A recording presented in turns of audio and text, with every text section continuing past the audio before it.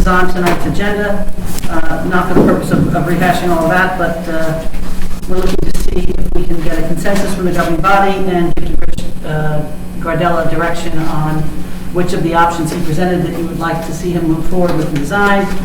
He has to design it, he has to send it to NJDOT for their approval.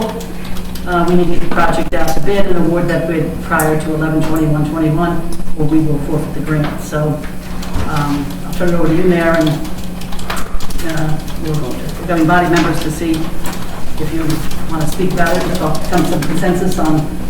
I'll say this, I want to thank Teresa and Rich Gardella and all the council members who attended the special meeting to discuss this. I understand the reports I heard, everything went very well. A lot of communication was done. I think there was a lot of education for the public at large to see the process that Fairhaven takes. I personally am looking at this in my history, just so people in the audience, if they don't know, I have been recognized both statewide and nationally as an advocate for complete streets. I received the New Jersey Bike Walk Coalition Advocate of the Year Award, as well as the Complete Streets Advocate of the Year Award by the Blasting School at Rutgers University, and I've been invited twice to sit with the Secretary of Transportation down in Washington, D.C. for my advocacy. And looking at this and understanding it, and with the need to move ahead so we can get bid in, my recommendation would be to go with option 3, with the sidewalk, but have the sidewalk in the bid package listed as an add alternate. Okay? This gives us some flexibility, one, to start the design out, put it out to bid, and have the bid returned in time for award. It also gives us another 4 to 6 weeks to sit here and discuss with the community, with community outreach, the alternatives as to whether they want the sidewalks or not. Given all the alternatives that Rich Gardella came up with, I do believe this is the best and fits within the complete streets, because to truly protect a walking public, the data shows that you need physically separated. The physically separated facilities are the safest and best. And, me personally, I prefer the sidewalks. If for no other reason, I was with it during our 9/11 ceremony. I was with a war veteran, one of our elderly residents, who loves to walk, but will only walk on the sidewalk. So if we're going to spend the public money to put a park at the end of Hance, I believe that a highly decorated war veteran has the right to walk on the sidewalk to get down to that park. Now, I don't vote unless it's a tie, so I'm definitely signaling the way I go. It's up to the council to engage with the public, listen to the public, and then weigh your own conscience. Mr. Mayor, I'd like to ask a question. In option 3, curbing is included, and I know it is been expressed by the residents of the Grange, Cooney, Hance Road area that curbing not be, specifically that curbing not be included. So what are your thoughts, or even Rich's thoughts on that? Can we do this project without curbs? Can I just add that question? I wanted to find out why it is that Basin Road was done without curbing. I know it's not the same, that we already discussed the roads are different, but I drove there and I passed by there and I wanted to understand why that was done without curbing and why Hance is being chosen for curbing. Well, as I had mentioned, and we talked about this the other night, they are really two separate projects. Hance Road has some unique situations where some of the properties are lower lying and some of the residents are actually experiencing some washouts. I had mentioned probably within the last 10 years, DPW's been adding asphalt curbing where concrete curbing doesn't exist at the request of some of the residents. So that's why you've got a mix of concrete and asphalt curbing. You've got a series of catch basins as well, so that water needs to flow, ultimately to those catch basins. But mainly also to control the roadside erosion. There are sections, as it is today, that there's erosion at the edge of pavement, and some of the properties on the eastern side are lower lying. In one particular case, I know resident has been trying and making attempts to try to stop that water from going into their side yard. If you go down there, you'll see it about a little bit ways down on the right, and they've brought in topsoil, they've attempted to seed it and stabilize it, and it's just been, a battle. So the curbing will kind of keep things, in line and also consistent with the other section of the roadway. We strive for, the uniformity. In the case of Baton, some of those properties were higher, so we actually had to grade back and chase the grade. So we were able to widen the roadway, given the limited right-of-way, and just pave edge of pavement to edge of pavement for that last stretch. Rich, are there any alternatives to curbing that could be used to direct that flow, that stormwater flow? There's alternatives that you can use. There's different types of curbing, but, vertical curbing is your traditional curbing. It serves not only from a drainage standpoint, it allows snow plowing operations to occur more effectively. It allows for, we have a street sweeper on order, so when we sweep the streets. And it also maintains that uniform width. Right now you've got just edge of pavement, and as you know, if you go back to some of the old photos and Google Maps and what have you, you see where people are parking and straddling some of the properties, and that even creates some of that roadside erosion. So, once again, I'm speaking in terms of what I see as an engineer and what we've, visually taken a look at out in the field and my 14 years of being an engineer for this borough. So, but yeah, I always recommend curbing. It keeps everything. And not only when we curb, we topsoil, we sod, we restore everything back above and beyond. So can I add on to this, please?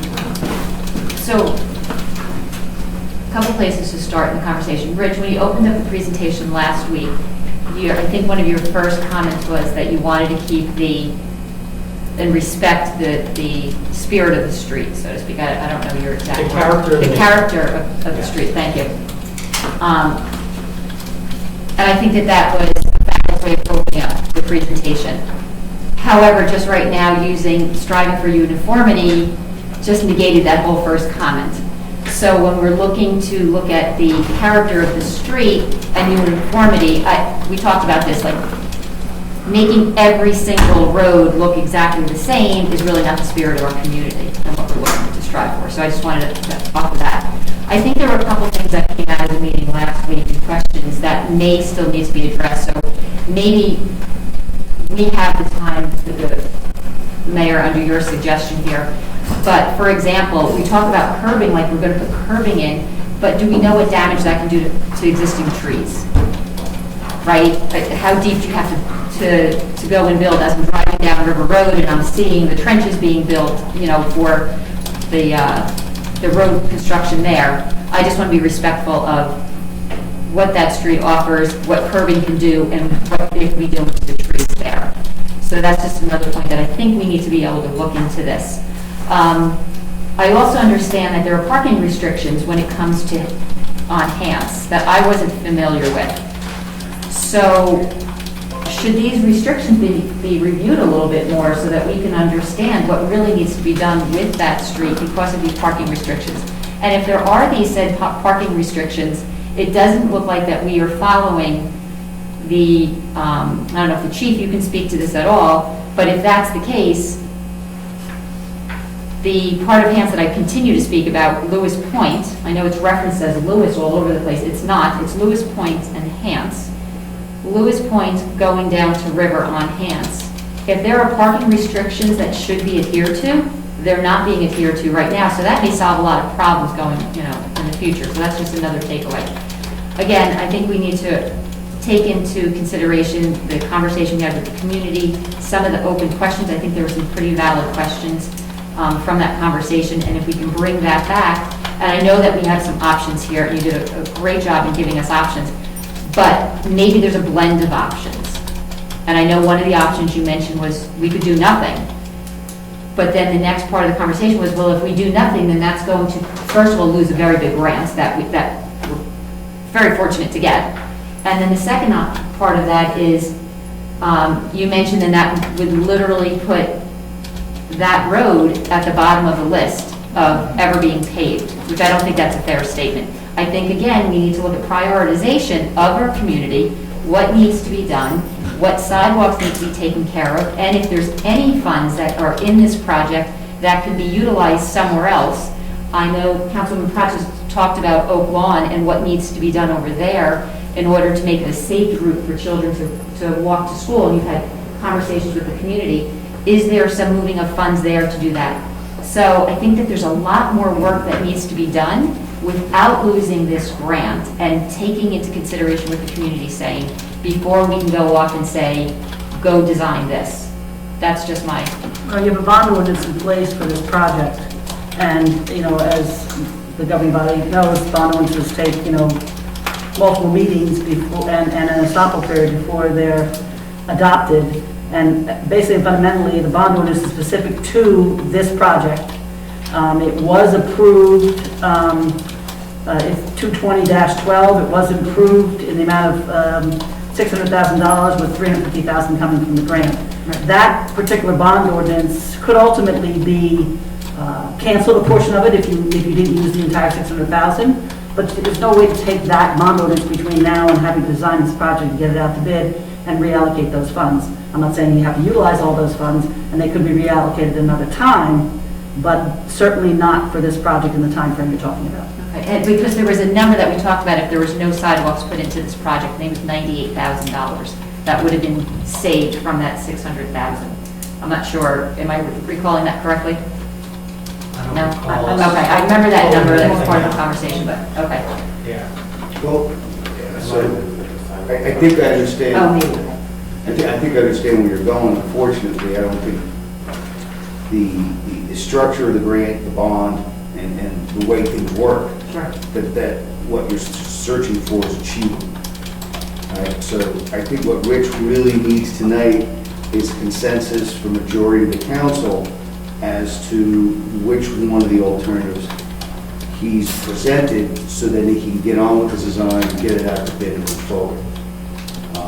Is there any way to just go ahead with paving and milling, and like it was suggested in option 3, to make sidewalks an alternative? Could you make curbing an alternative for now? So at least we don't lose the grant, but... I think the issue of curbing, and then you're talking significant specimen trees, and I understand, protecting the canopy, right? And that's vitally important. But what you're talking about is an improvement to a road that has severe deficiencies, right? And that, which is curbed around significant specimen trees, and where we can, we'll preserve the trees. But that shouldn't be an excuse not to have curbs, because then the curbs provide for proper drainage, right? And again, you're at the terminus of a road that's bringing a tremendous amount of water down, both sheet draining and subterranean, down in and dumping it into the river. And if you go down to the terminus of Hanson Grange and you look at the outfall pipe, you have an alluvial fan out there because of the decades of erosion, because this road wasn't in proper condition. So, I can understand the argument for against sidewalks, and I think that's a preference, and I've stated my preference on it. But by the same token, I really had a hard time wrapping my head around the argument, given the topographical conditions out there, against curbs. I don't see a valid argument for that. I have to say, I walked the street today, and the front lawns are washed out, and there's significant erosion right around the east side, in the middle of that road, or close to 51 Camp Road. It's very significant erosion, and you can see how the land goes down like this, and if there is a major flood or rain, it's going to go straight into that property. I don't know how we would avoid that. That'll be a lake. Okay. So it's a little bit hard because it's a mishmash. To me, it looks to me like a mishmash. Some curbing, some non-curbing, and then some very clear erosion. In the Well, I was street. going to say, there is intermittent curbing all the way down. It's really a mix. And you could see, and I think Rich pointed this out to me, where we do have curbing and drains at a certain point, I think the concept was, well, let's get the drains and get the curb in, and then we'll come back at a later date and do the road project and add the rest of the curbs. Right? And I think that's, it's basic engineering and proper engineering to have this to control the water flow. So, that said, do we have a consensus for alternative 3? Or would somebody else like to put another one in play? I just want to mention one more item, and maybe that's not going to be resolved today, but in my mind, we've been talking about a pocket park at the end of Hance. And if it's a pocket park meant for the public to enjoy, the broader public, anybody, I don't believe that if we don't do the sidewalks, that we can properly provide that access. It's just, to me, inconsistent. I feel almost that we should look at these things combined. If we don't do sidewalks, we should not be doing a pocket park. We should abandon that idea and do the minimum work necessary to essentially make that pipe a little safer, because I think a child can fall through that hole there. Make some safety around that pipe, fix up what needs to be fixed, bare minimum. No one's going to go there other than the people who live at the end of the street. If we do think of that as a pocket park, I think, Mayor, as you mentioned, we should be looking at complete streets and providing the way the means for people to safely get there. I was there today. I didn't feel that when 2 cars passed by, a pedestrian is safe. So I just wanted to mention that it just strikes me as the two things go together. We know we do a pocket park and a proper sidewalk and access.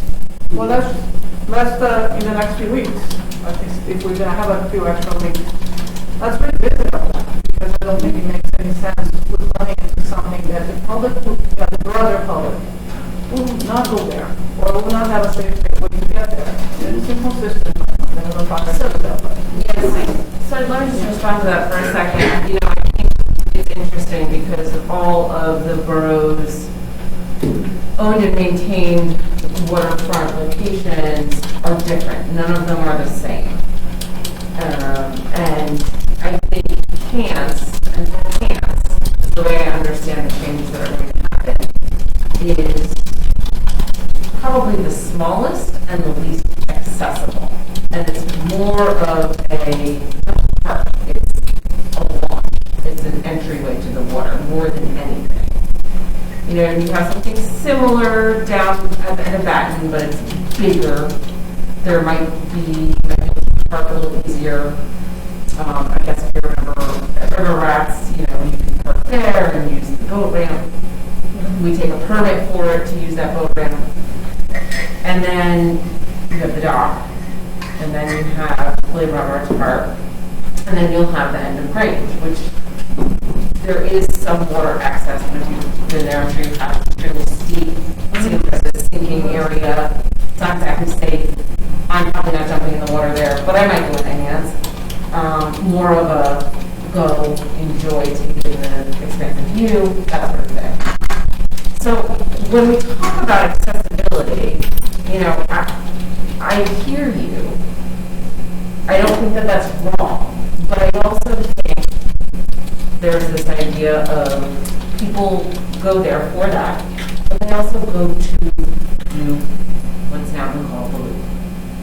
And when we look at those things, we have to consider both, not just the one. And I think that this grant was initially looked at and applied for because of improvements made at the parks on Hance and Grange, and they wanted to do it in conjunction with those projects. That's my understanding based on the minutes.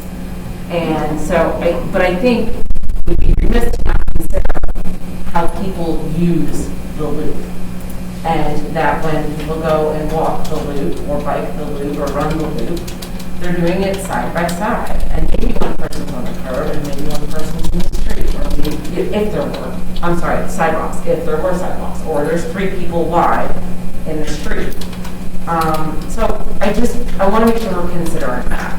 And so I think accessibility is a piece of it, but it's also just how do we more broadly use this? It's got to be accessible for everyone, but what does that mean? Because are we solving for a problem that doesn't exist? I don't know, question mark, question mark, question mark. Can we improve it so it feels more comfortable for the people to continue using it the way it's already used and to also reach those destinations? If you didn't have a pocket park, if we were not talking about a pocket park there and there was no public access there, I don't think we need this discussion. But I just feel that in a narrow street as that one is, you can't really say there's public access, and I would not suggest that the council puts money, substantial money, into making that a public access, because they just can turn left and go to the Grange access, and if they want to use a ramp, we should fix the ramp by Basin Road, put the money there. The other area, you can barely even park and take a boat there, because it's so narrow. I just find that we need to figure out where we want to spend our money. If we do want to, that's just my view. If we do a pocket park, I believe you need sidewalks. That's just my personal view. I will side with the mayor. I am an advocate of complete streets as well. If we're not going to do it, then let's revisit the pocket park. That's one personal view. Good statement. Anybody else? Can I go back to Councilwoman Cox's question about the curbs? Rich, can you remind me, is there any drainage on the west side of? Yes. There's 2 sets of catch basins, and as the mayor had mentioned, they're set back off the road as if at one point, the borough would come in to do the proper improvements. But the other thing we have to remember is there's the subdivision that was approved back in the late 70s. It was Grange Manor Estates. All those properties have concrete curbs, 5 properties. They're 75 or 100-foot lots. There's other properties that have asphalt curbing. And then there's other properties, obviously, along the way. The one down on Cooney, down at the intersection there, has curbing the full length as well. So you've got a decent amount of existing curb on this street. So if you go no curb option, that is going to be a challenge from a drainage standpoint and grading. It's definitely going to change the dynamic of the front yards. Back to a different situation. There was no curbing. We simply widened the roadway as much as we can, overlaid it, and then restored everything and tried to, compact everything at the edge of pavement to prevent future erosion. Hants has existing erosion. We've been battling it from a public works standpoint as long as I've been here. We're constantly out there dealing with it. You have some of the neighbors that are dealing with it, like the property Councilwoman had mentioned. It is sheet flowing right into their properties. Every time it rains, forget about a heavy thunderstorm or a decent rain event. And 48, 72 hours after a rain, you've got standing water along the edge of pavement in those areas that are eroded. So these are all existing conditions. It's not an engineering matter. This is a pre-existing condition that we're looking at and dealing with. So the solutions are traditional curbing. Catch basins are there. And like I mentioned, there are quite a bit of properties that have curbing.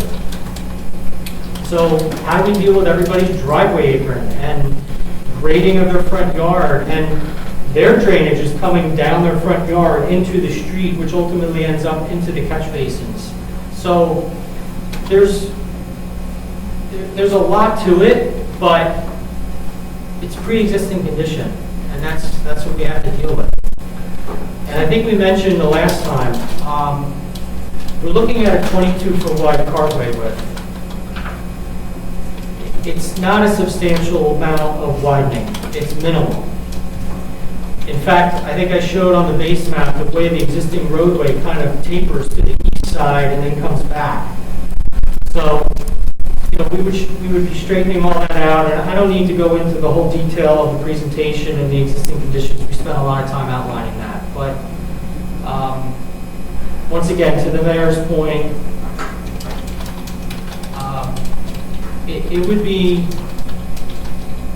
from my standpoint, recommending curbing is just because we, like I said, my Department of Public Works, we've been dealing with this for many, many years.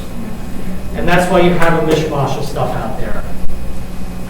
And, you know, sporadic asphalt curbing. To your point about some of the homes with the erosion and so forth, we spoke to a lot of the neighbors. I don't have clarification on what home we're talking about and so forth.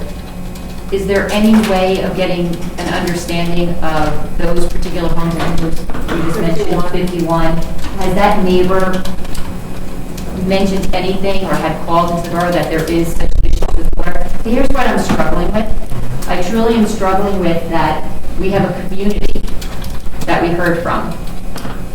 And I want to ensure that we're taking into consideration what the community is thinking. I think you brought up a fabulous point of maybe we look at what is that hockey park all about, right? Does that design change so that it then fits to what we look to do with the street there? I think that's a fabulous point for something that we can do. Where I'm also really struggling is I keep hearing curbing that is helping the, the lawns and the water flow and so forth. But I don't hear anything about the protection of the river. Or curbs good for the river, I don't know, but all I know is that is the gem of our community, and I'm not hearing anything about the river, and if this is a benefit to have the curbing for the river, if it's not. Well, it would be, because you'll stop the erosion. When you stop the erosion, you stop the soils from people's lawns going into the storm drain. That is in upon itself proper stormwater management. Right, so that's for me, that's really one of the main objectives of this project, right? Is proper stormwater management. And Do we have studies on that, Mayor?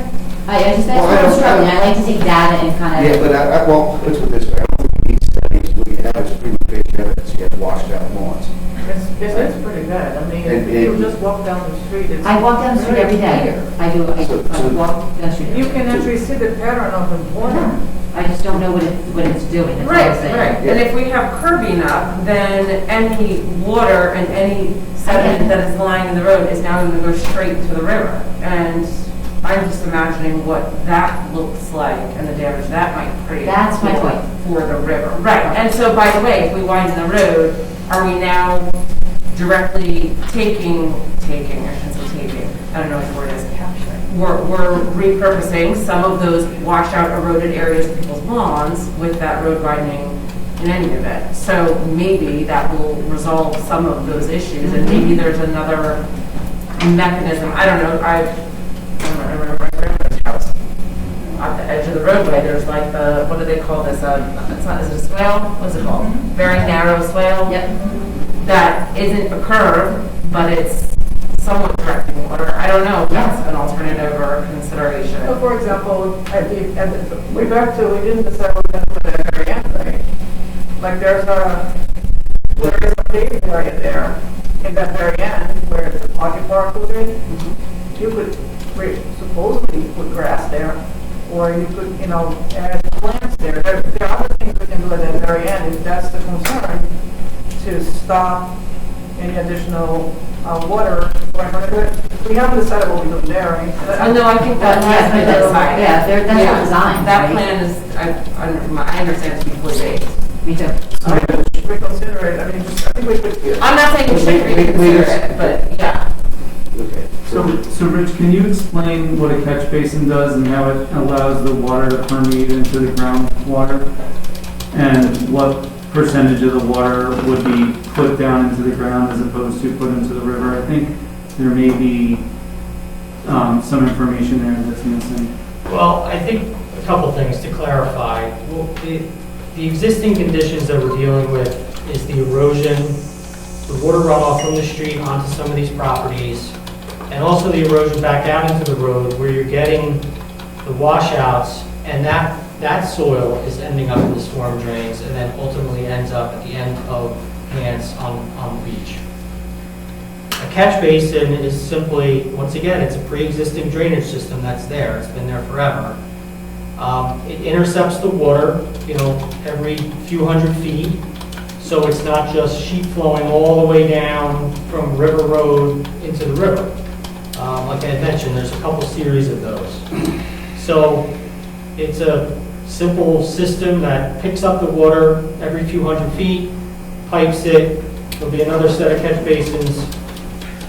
From a water quality standpoint and water quantity standpoint, the quantity is great. This drainage area encompasses all the Gentry, 3rd Street, Sportsman's Field, Noble School. That whole area drains down into the Hants Road system, ultimately out to the Navigant. To satisfy and promote water quality, we can look at putting stormwater treatment devices upstream. They're the size of a manhole. You put them in line, 2 or 3, they treat the water so then whatever water is flowing towards, down Hants Road is cleaner than what currently exists. We have some of them in the borough already. You can't design from an engineering standpoint a water quality basin at the end of Hants. There's too much volume. It's not feasible. It wouldn't be, there'd be no benefit to it because you'd have to build a weir and it would just be flowing over without being treated because of the amount of flow that comes down there. That's why we've got, I know we keep talking about the pocket parks, but there's serious shoreline erosion there and undermining of that existing outfall and pipe in that area. So it's due to the amount of volume that's coming through there. And I think you got to go back and look at the pre-existing conditions that you're dealing with. You've got existing curbing along that road. You've got existing erosion on the roadside. You've got water flowing onto those properties. And we're capable of taking care of some of that. Like I said, we've been dealing with this for years, before my time, of putting in the asphalt curbing, then it gets broken up by the snow plows, we gotta go back and put it in, every few years, and then, it's a constant maintenance thing. And not only that, is our stormwater management permit and annual report, we have to certify all roadside erosion and how we're dealing with it. And doing improvements like we're proposing on Hants Road meets that standard. So, I think the ultimate answer is you can't eliminate all the curbing. I think you need curbing to deal with the areas of the catch basins, and you also have, like I said, a decent amount of properties that already have curbing. What do we do with that? We just take the curbing out and put in pavement and then try to grade it back somehow? We don't have the right of way to do that. The properties on the west side, that curbing is right at the right of way, right at those utility poles. So, that's my take on it. Just a question about the trees. Is the concern about the curbing related to the trees right on that property at the end of Hants on the west side, where you're trying to put it? Is that because I'm not clear? I wasn't clear how many other trees may be potentially impacted by curbing. There's one very large tree on the west side at the end of the street. It looks like like if you do curbing, I'm not sure how you're going to handle that. But at least on the east side, I wasn't clear because we're talking about trees going down, and I'm not clear if we're talking about 1 or 2 trees. It seemed to me like there were not those many, but I could be wrong. Do you have any views on that? Because I think it would help us understand what the impact is on what we're voting on. Wasn't clear what the curbing damage will be to the trees, and if it's just that very end. I think the Okay. mayor mentioned it earlier, you know, all the projects we've done in the borough, at least on my watch, we've made every attempt to put in curbing and work around. Whether it's, you know, you can, in the field, shift things over and kind of get through that section where there's, you know, a potential conflict. And the other, you would agree, you know, look, I understand the need, the want, and prioritizing significant specimen trees, okay? But to prioritize a tree that may be 80, 90, 100 years old, and may have, because it's already next to a cabin, whatever, not gonna live to be 300. Maybe it's got 5, maybe it's got 10, maybe it's got 15 years left of life, all right? Prioritize that over having prior drainage, I think is probably not the best way to go. I think the priority should be to have proper stormwater management. And these are decisions that are made all the time, you know? And look, there's, I mean, we did a count of the number of significant specimen trees that people requested to take down in their own yards over the past few years. I think you'd all be very surprised how many significant specimen trees or trees have been removed, you know, in the neighborhood. You know, so here we're doing it to achieve several goals, right? One is to have a nice street, okay? 2 is to really to improve our stormwater quality, which is a priority to the DEP. You know, I can understand the argument, yay or nay on sidewalks. I have a really hard time, because I heard somebody say, destroy character. I have a really hard time paving a road and putting in curbs to address the priority of stormwater management as destroying the neighborhood. I really have a hard time with that one. I gotta tell you. You know, but look, I'm in the construction business. I've been building and taking care of parking lots for over 40 years. Then I think that in fairness, I think, Mayor, your valid points, and in fairness, we come to this with different lenses, right? Yep. You come with your lens, you build parking lots. Rich is great at building roads. Yep.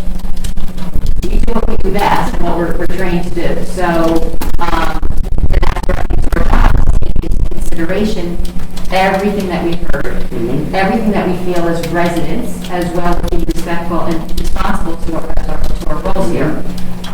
So we just have to weigh and balance our different lenses that we bring to this conversation and do what's best for the community. I think one of the things I'm really struggling with is understanding the question Eleni asked and understanding the question Suzanne asked regarding how these changes will impact the long term.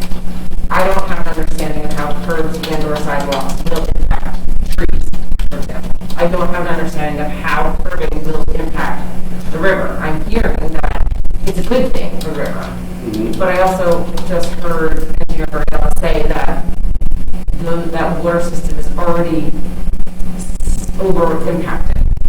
Well, curbs just put more water into that drainage system. And so I have a lot of concerns with committing to things that we don't know the long-term impact of. And I don't want to not move forward with the grant, but I think we need to find a way to do it that allows us the alternatives and the options built into it, as the mayor suggested, that can, so that we have additional time to come to some of these conclusions and make the right decisions. Can we bid out 2 and then 3 with an alternate on sidewalks on 3? Is that a reasonable request? Can you say that?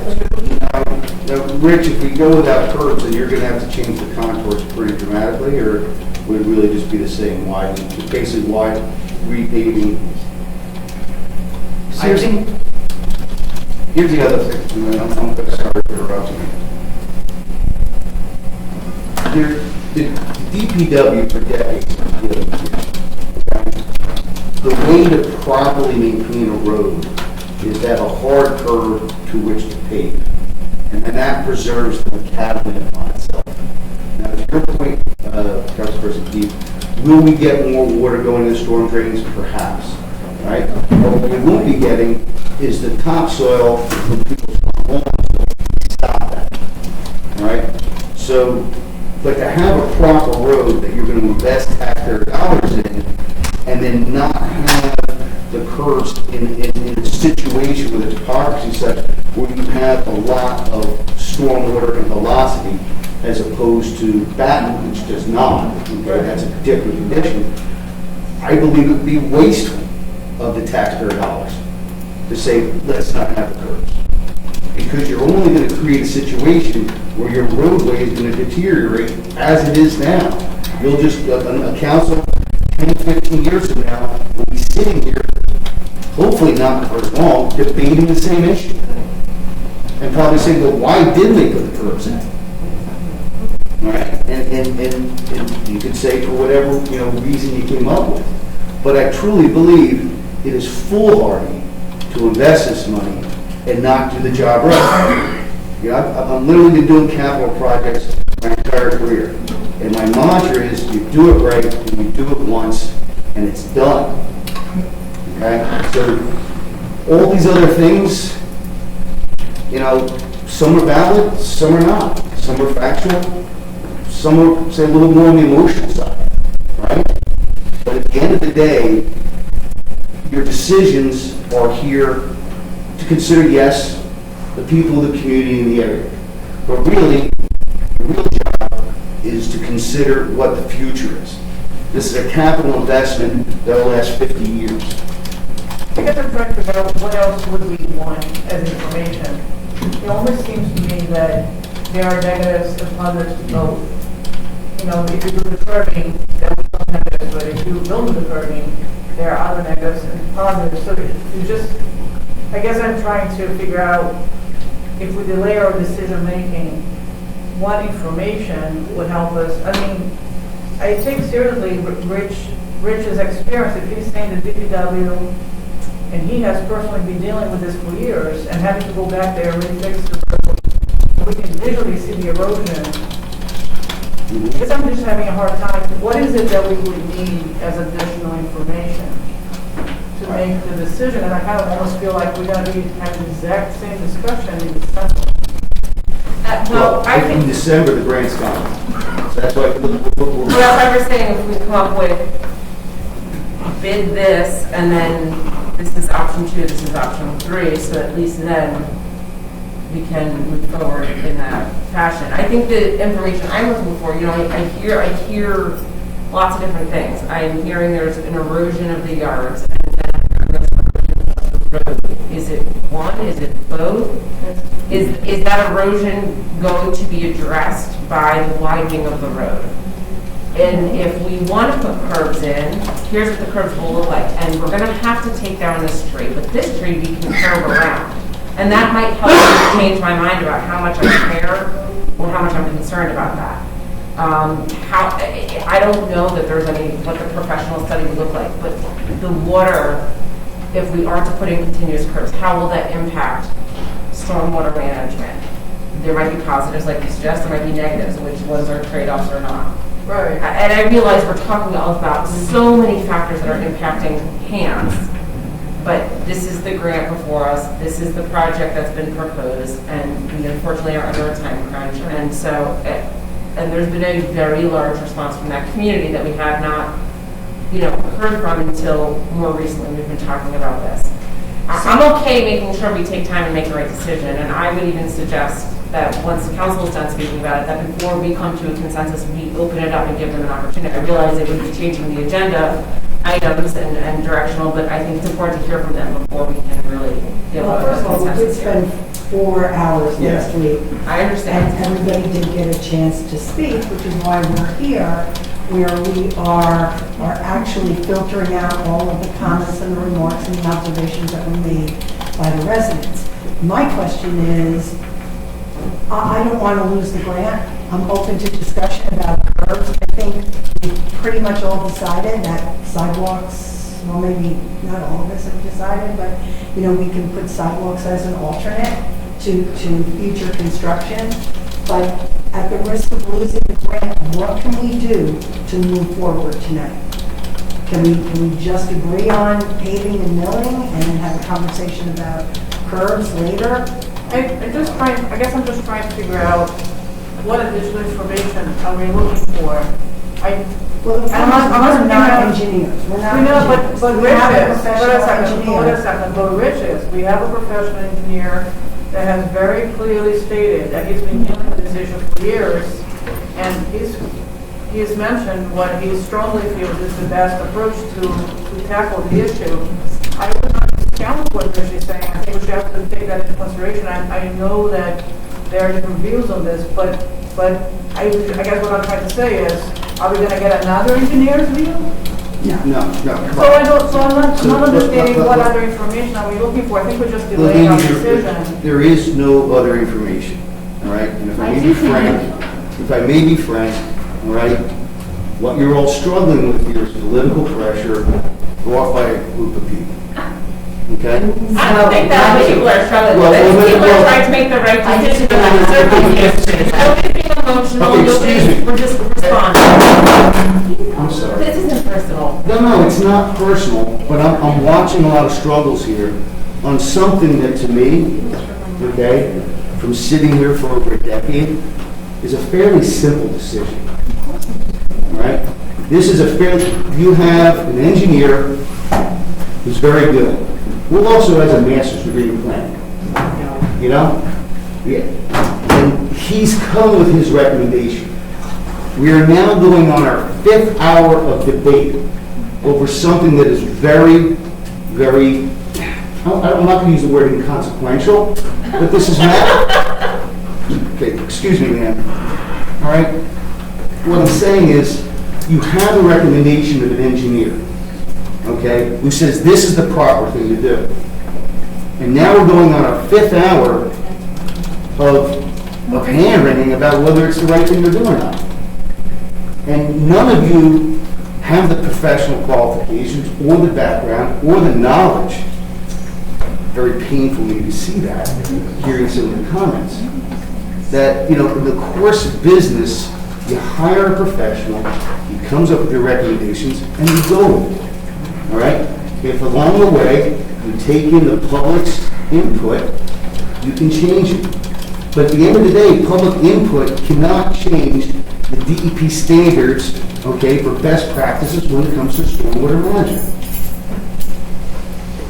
I disagree with you that that's how we should approach it. I think we are not professionals and we should take the professional recommendations, but you don't just rubber stamp it. You have to listen to your constituents and the residents, consider all the variables, which is what we're trying to do so we can understand them. And we've just displayed here today and through 4 hours of speaking before that we are looking for more information to achieve the right result. And there's not going to be an 100% right result, but we can get as close as possible. And that's what we are trying to do. And I understand that you're frustrated and you want to spend more time on this. Well, But there's 6 people here who need to vote, and you may need to break that vote. So, with a tie. So, here we are, and I think until we come to a consensus, we just need to keep going through these steps. So, Occam's razor, right? When in doubt, the simplest explanation is the correct one, right? After now 5 hours of debate, has any other information been brought forward? No, but we did ask for other information, I haven't received any. Well, So what we did, information are you asking for? so Betsy asked if there's a greener way of doing this. We just heard from Meg that maybe there's a opportunity to do something that is, for lack of a better understanding, but that concrete trench that has the little grids in it that the water flows down. I don't know, I see it in other towns. I feel like that we need to be a little bit maybe more progressive in our thinking for the road, possibly, not just curb, sidewalk, curb. That's all I'm saying. So is I'm sorry, can we, So- Rich answer that question? Because we have an engineer here. Are you able to address that question? Betsy asked that on our call last week. Can we build such a trench, and would you recommend that? Now you're looking at, if you're looking at a more of a grass swale, is that what we're looking at? Here's the thing, Rich, they don't know what they're looking at. No, but we just, we're not ignorant, right? We're trying to in all understand due the respect, cases. right? I'm listening. So all due respect, we walk into other communities, we see other things that are happening in other communities, and so I may not know the exact word, but I know that I've walked through other towns that may have this concrete little swell that goes down the side of the street. It's like a half pipe. It's like a, exactly, and then it has little grids that lets the water come through, so you're not getting all, so there's different options. I feel like it's, you want a curb? You don't want a curb. You want, so that's the ask is that if there's other materials. So for example, if we look at option 2, without a curb.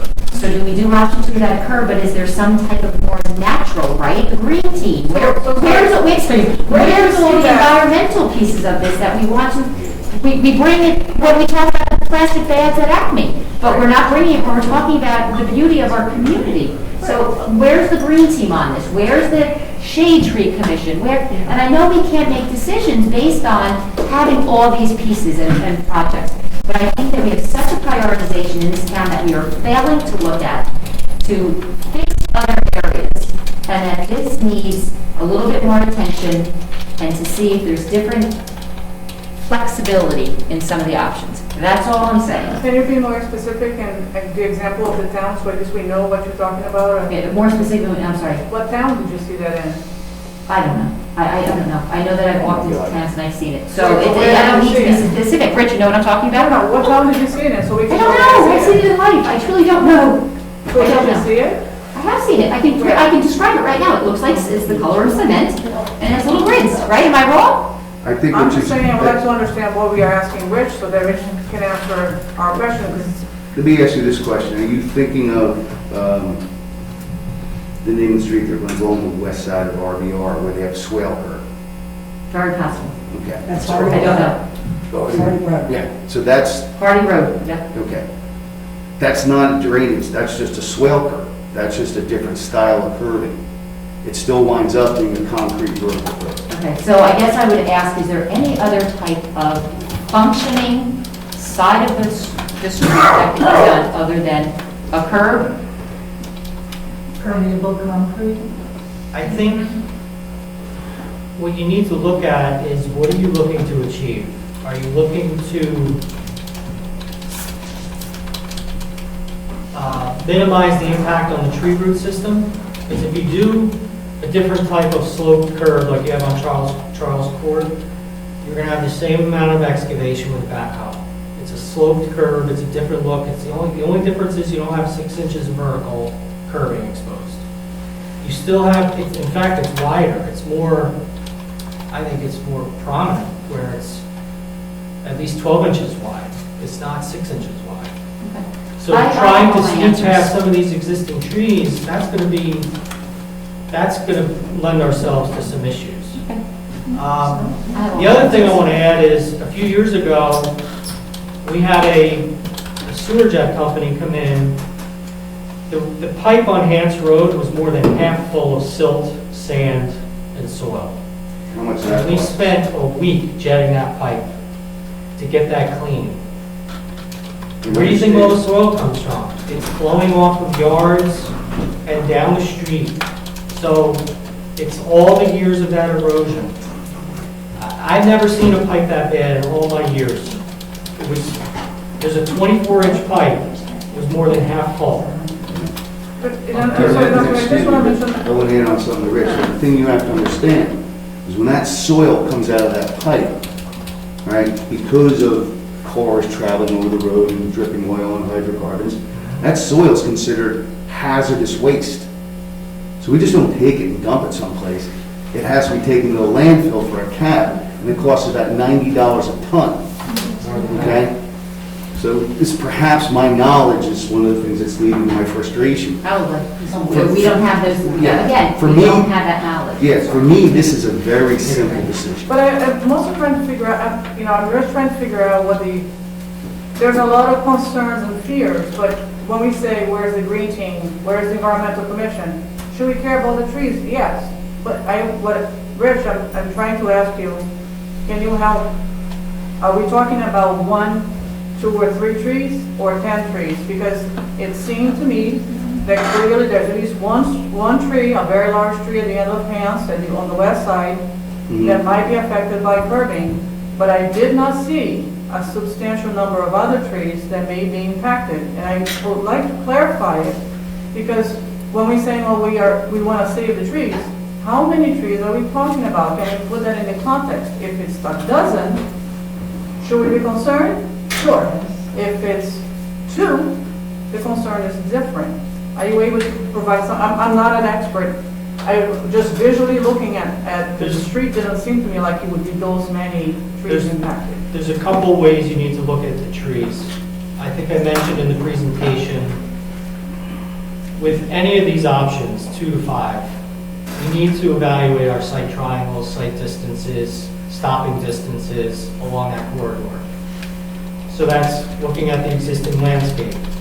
But from a constructability standpoint for the curbing, I mentioned possibly 1 or 2 trees. We haven't gone out with our tape measures. You know, until we decide which option we go with, then that's when we go out and become more of a finite type design. So sorry, 1 or 2 trees on top of the 2 to 5 you mentioned? Or with then, you mentioned 2 to 5 trees? Not 2 to 5. So you're saying 1 to 2? 1 to 2. Like I said, in all of the projects we've been doing, we work around it. You even see areas where we brought the curve around or made the curve even a little narrower to try to get through. Or pinch the road in a little bit. Whatever we have to do, that's what we do. No, thank you. I just wanted to add context, because we're saying we want to be green, definitely, but we're talking about 1 to 2 trees, not 12 trees plus. No, not 12. Can you just clearly explain in context? Thank you. All right, so look, with the exception of do nothing, which is not the proper decision, okay? Every one of the alternatives Rich came up with includes curbs. All the other alternatives were either A, have sidewalks, or B, some sort of alternative sidewalk, which I don't think are appropriate for that street. So do we have consensus to go with number 3 and have the sidewalk as an alternate? How about we take a vote? Well, right now I'm kind of doing a straw poll. Does a curb have to be as high as the curbs that we see on Basin, or can it be a lower curb that's not as obstructive in the sense of? The issue with a lower profile curbing is that it becomes mountable. And the Amazon trucks are going to pull up off the side of the road just like they're doing now, or, you know, the UPS trucks, you name it. So Only 6-inch curb. I recommend 6-inch. Well, I have a question on option 3. We haven't talked a lot about sidewalks. Is there a consensus whether or not we proceed with sidewalks? I think part of the factor is what is the cost and what's the benefit to the community, and we don't have the cost right now. So we're just missing an ingredient. Okay. I thought we did. I thought that was And our bond is $600,000. No. The point I think Chris is getting to, if you put it as an add alternate, then you have an actual value. Right now, we can come up with an estimated value. But until you actually bid it and see it as the add alternate, then you have a fixed number. This is what this costs. And then we can have that pay, which will be fine. And why does option 3, does it have to have all of these street markings? Option 2 doesn't have all the street markings. Right, I mean, we're going to look like a New York City, it's reminding me of like a New York City, very high traffic. With option 3, you have crosswalks and intersections and so forth. Is that necessary? But you don't have it option 2. Option 3, yes, you need crosswalks, you're putting sidewalk in. No, well, I thought it was option No, 3. but if you take the sidewalks out, then you don't put the crosswalks in, correct? And you don't put the crosswalks. Okay, so crosswalks go with the sidewalks. Okay. It says Mark's Crosswalk. All right, so that's again. We have a consensus for option 3, sidewalks as an alternative. Yes or no? Yes. I'm going to say no. No. No. No? Yes. And a yes. Yes. And a yes. So we have 3 yeses, 3 no's, and I'll break the tie and I'll say yes. So Rich, we're going to go proceed. I guess if we're going to actually have to labor at the time, I think we should have a motion in a second to make it official. What are we instructing Rich to do? Design number 3? Design The functional equivalent of like ordinary consulting engineer in the contract? Yeah, Yes. then I would say a resolution. Yes. resolution. Well, no, Or a motion, just a and we'll- motion in a second. So we have it recorded. Okay. Well, then we'll have the clerk do the roll call. That was very informal for a tie vote. I agree with Teresa. No, you can still make a motion. And it's not going to have the sidewalks. Let's just clarify, right? So you're going to do option, because you just made the deciding Option vote. Option 3, and what's your And position on that? sidewalks are an alternate, and that debate can occur another day. In an alternate, Suzanne, and she might not realize, when you open the bid, Yeah. there'll be a price for the base bid, there'll be a price for the alternate, and ultimately you can award the base plus the alternate, or just the base. So you can decide whether or not to award the sidewalks when you award the bid. Okay. And the fact that we've approved $600,000, is that the correct amount? That's just, that was an estimate that was put in for the bond ordinance. You know, if the bids come in below that, you're only going to award the amount of bids. So you're not held to that No, $600,000? no. If it comes in at 400, you're awarded at 400. And then I'd like to add the point that Lillian brought up in regards to revisiting the pocket parks and that whole idea. But my only point of park is twofold. You've already authorized that to go out to bid. Get back to April, We right? have Whereas on the council. $125,000 worth of outside engineering already in that project. Wow. And if you're going to rethink the pocket park there, you're going to have it re-engineered because it's been engineered to plans that are approved to go out to bid. And we Yeah. bid, and we can only take how much out of the contract? 10%, 20% without awarding the contract? Well, we didn't award the contract yet. Haven't awarded it? I would stop whatever you're doing. That's my suggestion. Let's have that conversation Well, another time. Laney, it's at the bid. When the bids come back, I think it comes back to us. Okay. What about No, it's been authorized. That's the cart. Let's get the horse out. Yeah, I wasn't here back when they did that. That's what I So let's get back to business here if we can, all right? So we have a motion by Councilman Conch, we have a second? We have a second? Could Let's go you through the repeat roll the call again. motion? Sorry, we can't hear. What is the motion? The motion is to proceed to have Rich design alternate 3 with sidewalks as an add alternate to the contract. Are you able to explain to us the difference Excuse between 2 and 3? me, it's inappropriate to speak out at this point. We're conducting business, okay? I just You're didn't gonna- think there was a excuse me, business. your I don't time- mean to be disrespectful. I'm just asking about protocol. I didn't think there You're the was chair, I don't know. business during the Yeah, Chief workshop. Police in the back. I just, look, I mean, is that appropriate? I was no, surprised. you're that you were- inappropriate and you're out of line. I'm really asking a question. An apology would be very nice, followed by Forgive me. silence. I would like to know if formal action is taken under workshop. I was under the, Excuse me. You're out of order. Please, let us conduct business. You'll have your opportunity to speak later. point of order. Allison, roll call, please. Councilmembers Krishna Keefe, No. McKee, Can I understand what we're doing? I just got We're totally... simply authorizing. Oh, authorizing what we Rich. said? No. Thank you. McHugh, Yes. Neff, Yes. Rodriguez.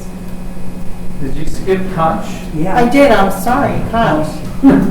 No. And Rodriguez. Yes. Yes, call the mayor. Mayor. Yes. All right. Let's get on to the next item on the agenda. All right, LoSAP hours for 2021. Teresa? This is very simple, just a quick update to the governing body members. As you recall, last year, we changed the ordinance for the number of hours required for LoSAP in so much as that we lowered it, well, gave us the option to lower it instead of by resolution, and we moved it to 70 last year. We're monitoring it. I'll have more information when we get to the end of September. But I believe, since we had the Fireman's Fair and things have been relatively normal in training this year, even though it may be Zoom, I do not believe we will have to lower the hours again this year, but you do have the option to do so according to the ordinance, should you see something unforeseeable happen between now, let's just say the end of the year. So I'm just letting you know that it's on there, that we changed it last year, we're going to monitor it. I'll check with the fire and first aid, copy of my fire and first aid committee, and just keep abreast of that. All right, thank you.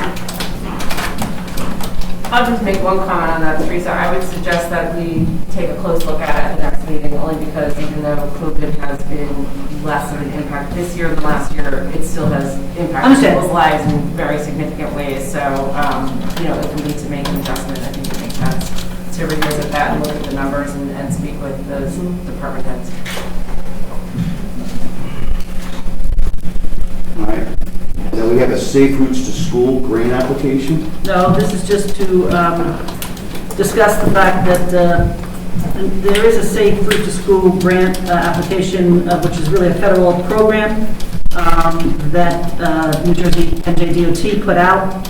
I shared with my Engineering and Public Works Committee the link to the seminar they had, which I attended via electronically, and also downloaded and went through the entire handbook. And at our meeting last week, for a variety of reasons, that grant is due by October 14th. It's a highly competitive federal grant. We wouldn't even know if we would be able to move forward for 2 years. And it's the recommendation of myself, the mayor, and the Balance Committee, and the borough engineer that we do not submit an application this year for this project, for that grant application. Okay. Any questions or comments? I would just ask how, I know you just went through a couple of the criteria, and I don't have a clear concept of how many grants come across your desk every year, Teresa, and maybe it varies year to year. Is there any specific criteria or spreadsheet that you go through to decide what makes sense, or is it more just a composite totality of circumstances of information? It's a variety of things, Councilman Keith. Clearly, I think I sent the handbook. Yeah. I sat through the presentation. There's only $10 million for the state of New Jersey available. And as we go through this, like I said, it's a federal grant. It's highly competitive. It is highly structured or favors urban areas. And even not only in the design of the grant, but also in the points that you get, and also in the people that are judging the grant itself. It's actually, practically speaking, a grant that in order to put together a credible grant, a lot of towns use an outside consultant. NJDOT even has a list of 3 of them that you can use. But the timing is such between now and October 14th to do so. They're just, practically speaking, would be difficult for the borough to even consider putting in a grant that would be competitive for this reason. And we did one for Safe Street School, a big one. I'm going to say it was 15. It was $1,250,000, and we put a lot of time and effort and energy into it at the time, and we were not successful in that application. So some of the areas you're thinking about, the one you mentioned on Ridge comes to mind. They're looking for big projects, complete connectivity, intersections, not just stringing together a few properties. These are really, if you look at the examples and if you go through it and what they're designed for doing, you'll see the examples of the type of projects that either have done favorably or they're looking to give examples of. Right. Yeah, no, I appreciate that explanation background. I was just curious because obviously Safe Routes to School is an important initiative in Fairhaven, and I know historically at least grants have been an important driver of what we do. So I was, really just looking for that background as to why, you and that committee had decided to not proceed on this. So thank you for that information. Thanks. Okay, next on the issue. Proposed requirement for landscapers to remove brush. This was discussed at the last meeting and asked to be carried to the next meeting. I think it was something that Councilman McCabe had mentioned, so it's on there for really your discussion. Other communities do it. I only will tell you that when we talked about it in the past, we talked more about whether or not we could find landscapers who put brush out at the inappropriate time. and they are licensed, they get permit for the borough, but our prior borough attorney took the position at the time that we'd have to find a homeowner, or someone's a homeowner, not the actual landscaper themselves. But that's a different concept than whether or not they need to remove it from people's front yards. And not everyone has a landscaper, but it's really, I'm turning it over to you for your input for discussion. Well, I think the brush committee, you did some great work. I saw, thank you, I think, it was shared with me, Councilman Rodriguez. But I think that as we look at our safety of our roads and trying to get through our roads, God forbid that there's a need with an ambulance going down some of our streets, they become one lane. Because there's parking on either side, it's no utilization of private driveways when there should be. So I think that looking and adding possibly to the work that you've done and somehow holding landscapers accountable, and I recognize not everyone has one. My husband is ours, and he's fortunate enough to be able to move our brush. But other towns do it. I believe Middletown does that. Rich, you mentioned that. So I'd like to understand, or if we can look into, how do they bring the compliance, back to the landscaper?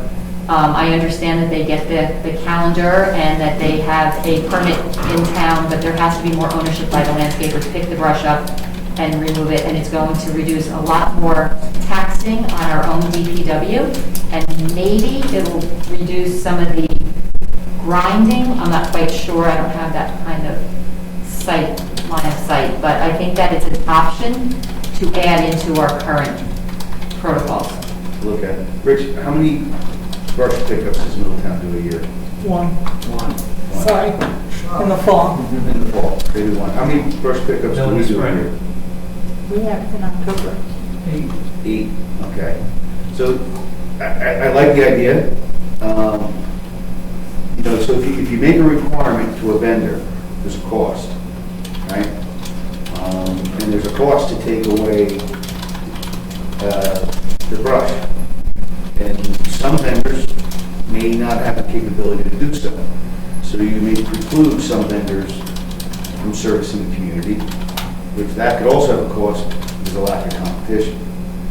And then you also have residents who take care of their yard themselves because that's what they enjoy doing. So I could see some benefit of encouraging landscapers to take it away. I'm fortunate that's what my landscaper does.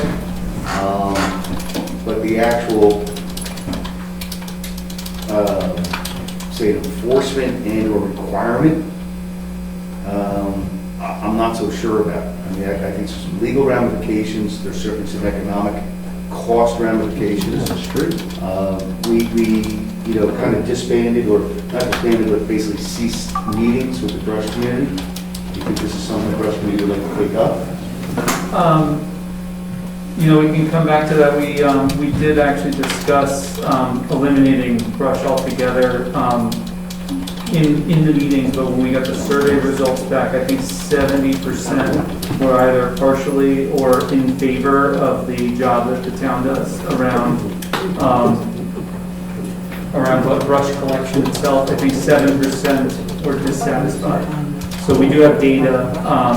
I shared the memo with you. I need to share.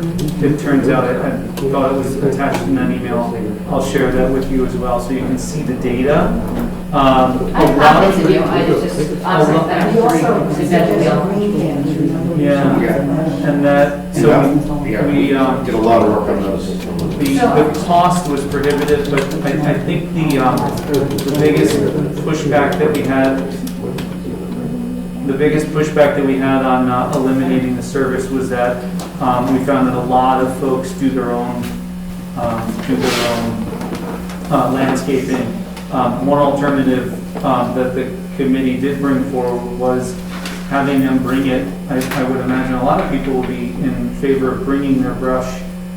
That would eliminate some of what goes on the streets, and that would, I think your goal is clean up the streets, make the streets safer. The less debris that we have in the streets, the better. So some of the vendors can take it away, and some of the people can drop it off the brush site. who knows, we can reduce 20, 30, I don't know what percent. And that may make all the difference when we're talking about safety of people walking in the streets or biking in the streets and running in the streets, which is normal in any community. Is there no way to implement some hybrid of what she's proposing? That would take a lot of pressure and costs out of Borough and possibly cleaner streets. What's the hybrid? I'm wondering if there's a way that, I know a lot of, especially the elderly folks in town, they tend to do their own, many of them do their own, work outside.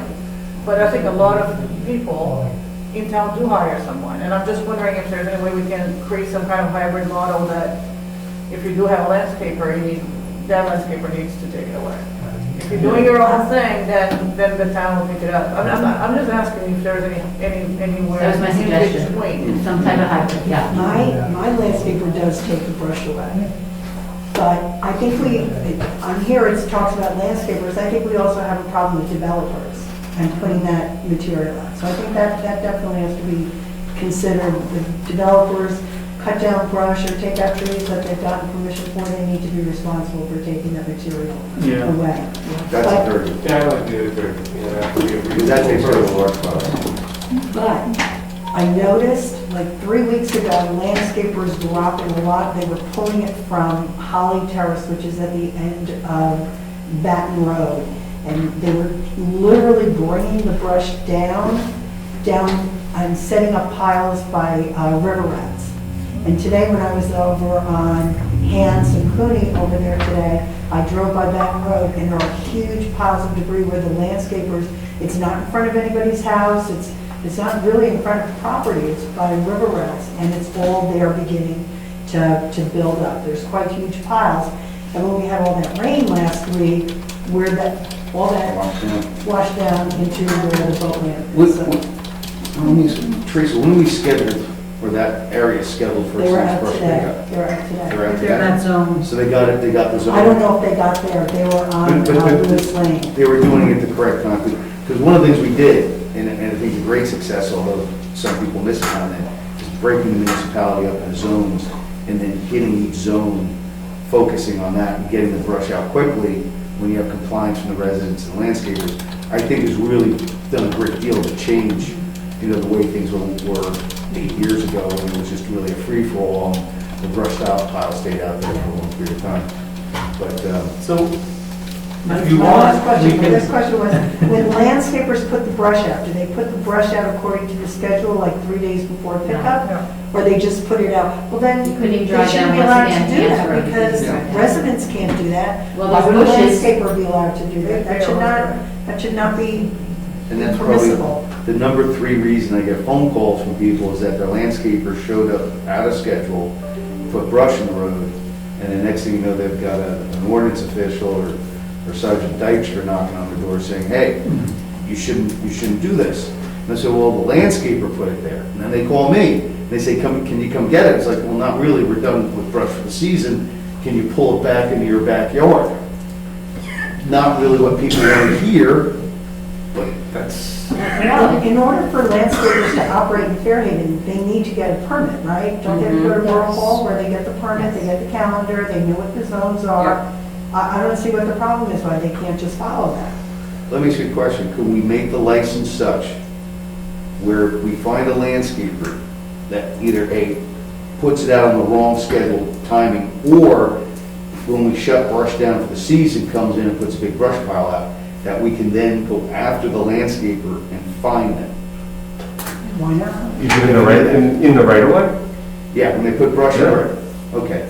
So that runs a little bit counter. You have to publish the regulations on it first, obviously, and advise them, but And if they they violate those violate rules, yeah. So I think probably the best alternative, okay, is to promulgate the rules, publish them, have the landscaper sign them, okay, and sign the schedule, sign the zones, and then if they do happen to do that, like they did to a family on Rich Road, we can then go find that landscaper. And How are we identifying who's got what landscape? I think that then what you're into is you're into having landscapers register to be customer, you Knock on the submit a door. warning, you knock on the door and say, who is your landscaper? It's the other way around. That might be easier. But if you're looking to get where, I think, this is never easy, and it's convoluted, but getting to where we want to be, I think that this is probably about the best recourse. So my recommendation is that Betsy and I reconvene after the grind, I think, and see how things went with the recommendations that we put forward back in April. I think it was April. We had, we worked September, October, November. We did a survey, we collected data, we collected community feedback, and I think that it would be a good time to look at licensing. In addition to some of the other recommendations, like letting people drop off, and also seeing if there's some kind of hybrid. I wouldn't, we're trying to fix this situation. Many times, so I started looking through the survey results. I haven't seen anybody say we need to get rid of it altogether.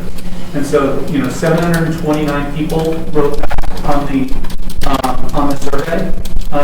They just wanted to reduce the amount. They wanted to make it less intense. They wanted to tamp down the noise, make our streets safe. They want compliance. Yeah, and there was, and we had done a lot of, we've already implemented a lot of those recommendations, but it's not over.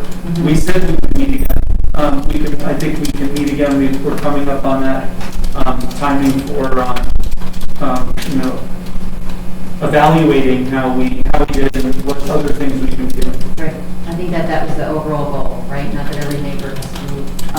And I think for any currently registered landscapers, as this goes into effect, that a retroactive letter just to say, going forward, there's expectations. You guys know the borough attorney for Red Bank. It sounds substantially similar to the snow issue in Red Bank. There's very little places to put the snow, and everyone, most of the commercial district, has their own landscapers, obviously, because they're responsible for everything. And it started with the residents to get them to move their cars, then moved to the contractors to get them to follow the regulations and rules. And then at the end of the day, we're left with a few that just don't listen. And ultimately, at the end of the day, there was like a few tickets written last year for the snow plowing because there was a lot of education done with the contractors in advance. So, start to people live here, start to people that are coming here, and then you're always going to have a few left. Okay. So you want to do that conversation? You're going to look to amend an ordinance to do that? Well, it's Kristen, Betsy, me, and let them figure out. We'll address that later on. That's fine. Okay, great. I don't know what you have already on the structure. Right. So public comments on agenda items, which you open? Second. Okay. Ruth Blazer? Yeah, right on what you just discussed. I believe the problem was not the brush pickup itself. Excuse me. Ruth, if you could, please come stand near the microphone. So that the other people. See where the chair is? Yes. Just that way people can hear you.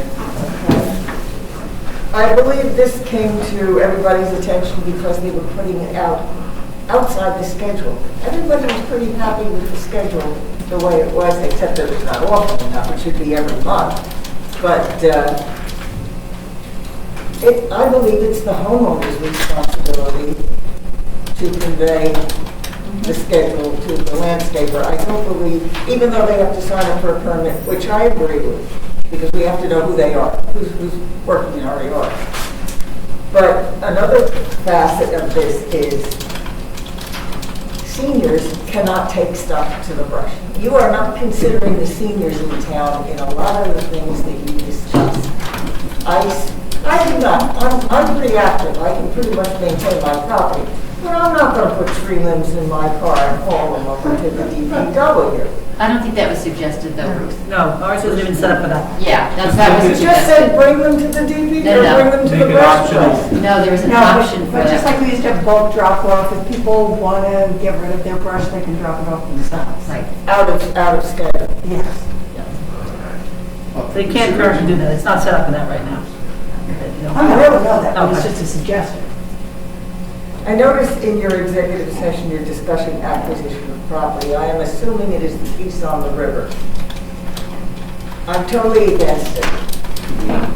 If you will pay $2 million for it, a private citizen will pay $2 million for it, and they will also pay taxes on it. I see no reason for the Borough of Fairhaven to pick up any more property when they can't take care of what we've got. We were the lucky recipients of Schwenker's Pond, which now looks like a primordial stew, and it's even got a little green island growing in the middle of it. And the other part being that the bubblers haven't worked in McCarter's Pond for quite a while. Let's take care of what we've got before we go out spending any more money, passing any more bond issues, and just sort of get everything together. Because now you've got this curb sidewalk thing, which really, you've gotten to this point in the dilemma simply because when you went for the grant, you weren't quite sure what it all entailed at the end. You've got to be more selective with your grants, you've got to have more information up front, and then you won't put yourselves in this position. Thank you. Thank you, Rick.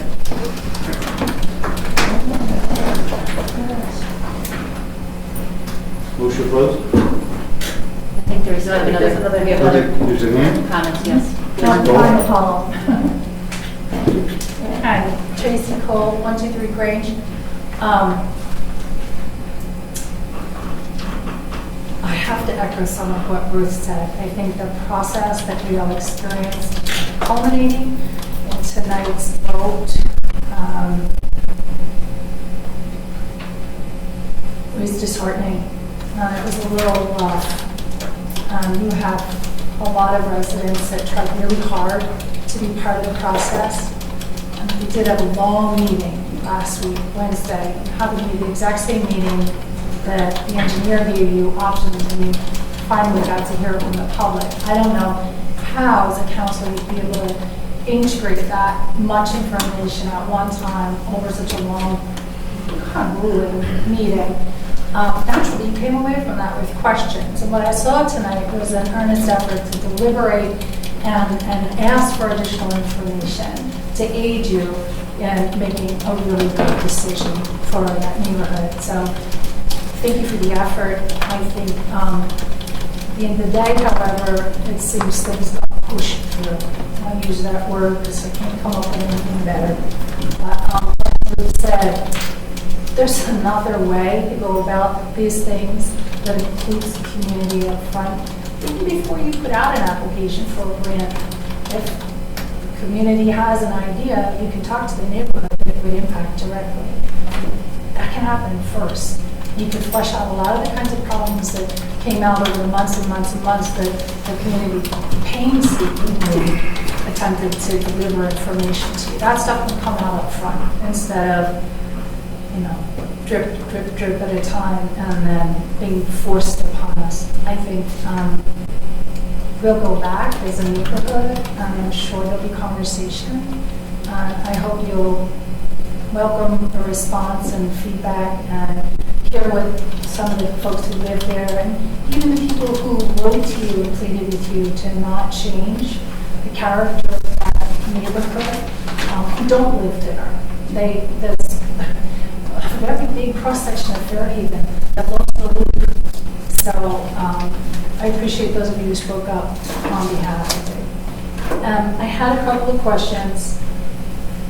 I was reading a little bit. The Safe Routes to School grant application, could you just give me a quick 30 seconds on that? I might have missed it. What is the grant application for? We're not putting one in. It's a recommendation it's a program that is an option for the borough to apply for. Like you said, we get any number of, through the year, any number of grant application opportunities for the borough. We reviewed this one in detail and made the recommendation that it was not a grant application that was, we were going to dedicate resources to. And would that allow us to complete certain sidewalks that are not safe right now? Well, no, like I told you, Rich just sent it to me from 2015.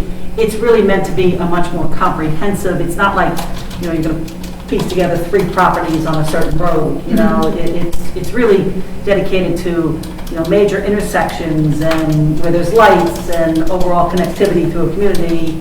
And, you know, it's I it's think not, Fairhaven Wide, though, has a few missing links Yeah. here and there, and there's certainly some intersection improvements that are called Okay. for, and we are always working on those, you know. but that would allow for that cover.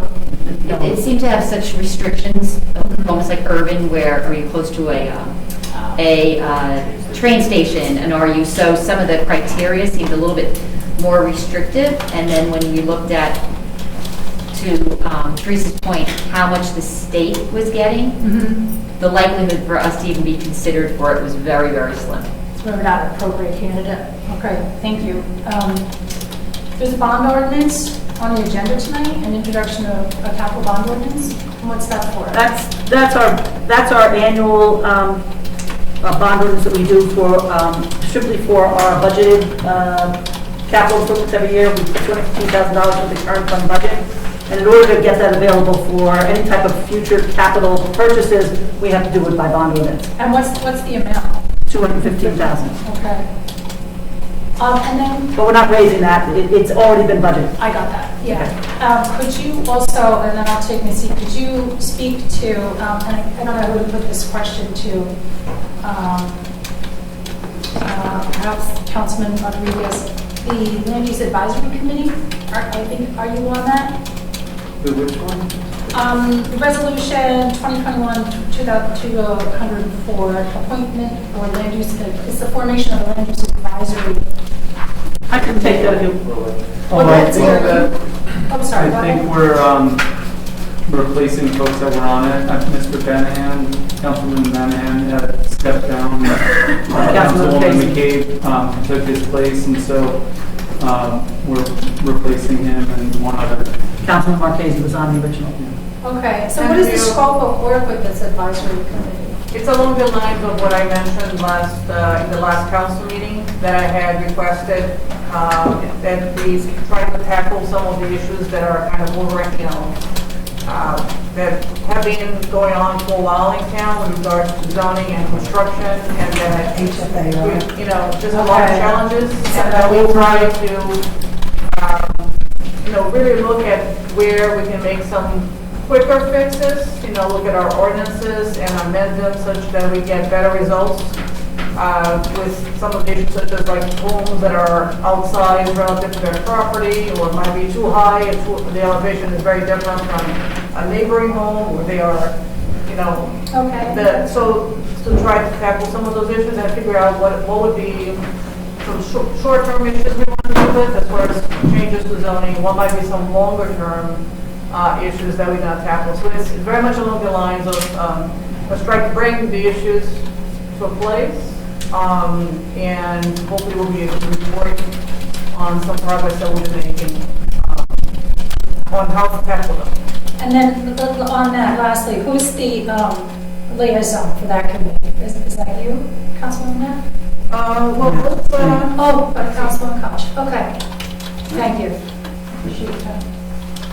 Any public comment to the hearing? Seeing none, motion closed. No, one more. We have another hand up there. I have one more question. On this amended architect's contract to include a technology consultant for the DPW facility, in what capacity? I can understand you need that for the police department, but what kind of technology are you implementing at the DPW that would require the hiring of an additional person? Want to take that, Rich? Yeah, so we talked to our current architect about some of our needs from like a smart technology standpoint. For what? I mean, we can go without getting into specifics, just, smart lighting, the technology we need from the Wi-Fi standpoint, our computer systems. We got the same thing at the police department, right? Isn't this all wrapped up into one thing? Don't we have the separate same architect? We do, but at the end of the day, the DPW piece was not included in the original contract, so that's why we amended this, based on the proposal that we received. There you go. Anything else? Seeing none, motion closed. Second. Okay, great. Thank you. All right, approval of minutes. August 16, 2021, regular meeting, and August 16, 2021, executive session. Motion to offer. Motion. Roll call. Councilmembers Chris McKee, Yes. McCabe, Yes. McHugh, He stepped out for a moment. Neff, Yes. Rodriguez. Yes. Okay, old business hearing adoption ordinance amend chapter 7 vehicles and traffic, including parking in certain locations, and install new stop signs at certain intersections. May I have a motion to open? Motion. Second. Would anybody like to be heard? Okay, we're putting in some new stop signs and eliminating parking. All right, nobody being heard, fine, we have motion to close. Motion. We have a second, we have motion to offer. Motion. We have a second? Second. Second, roll call please. Councilmembers Chris McKee, Yes. Koch, Yes. McCabe, Yes. Neff, Yes. Rodriguez. Yes. Okay, new business council committee reports, finance, Councilwoman Neff, anything? Nothing with the report. Personnel, Councilwoman Christopher Keefe. No updates. No update. Planning and zoning, Councilwoman Koch.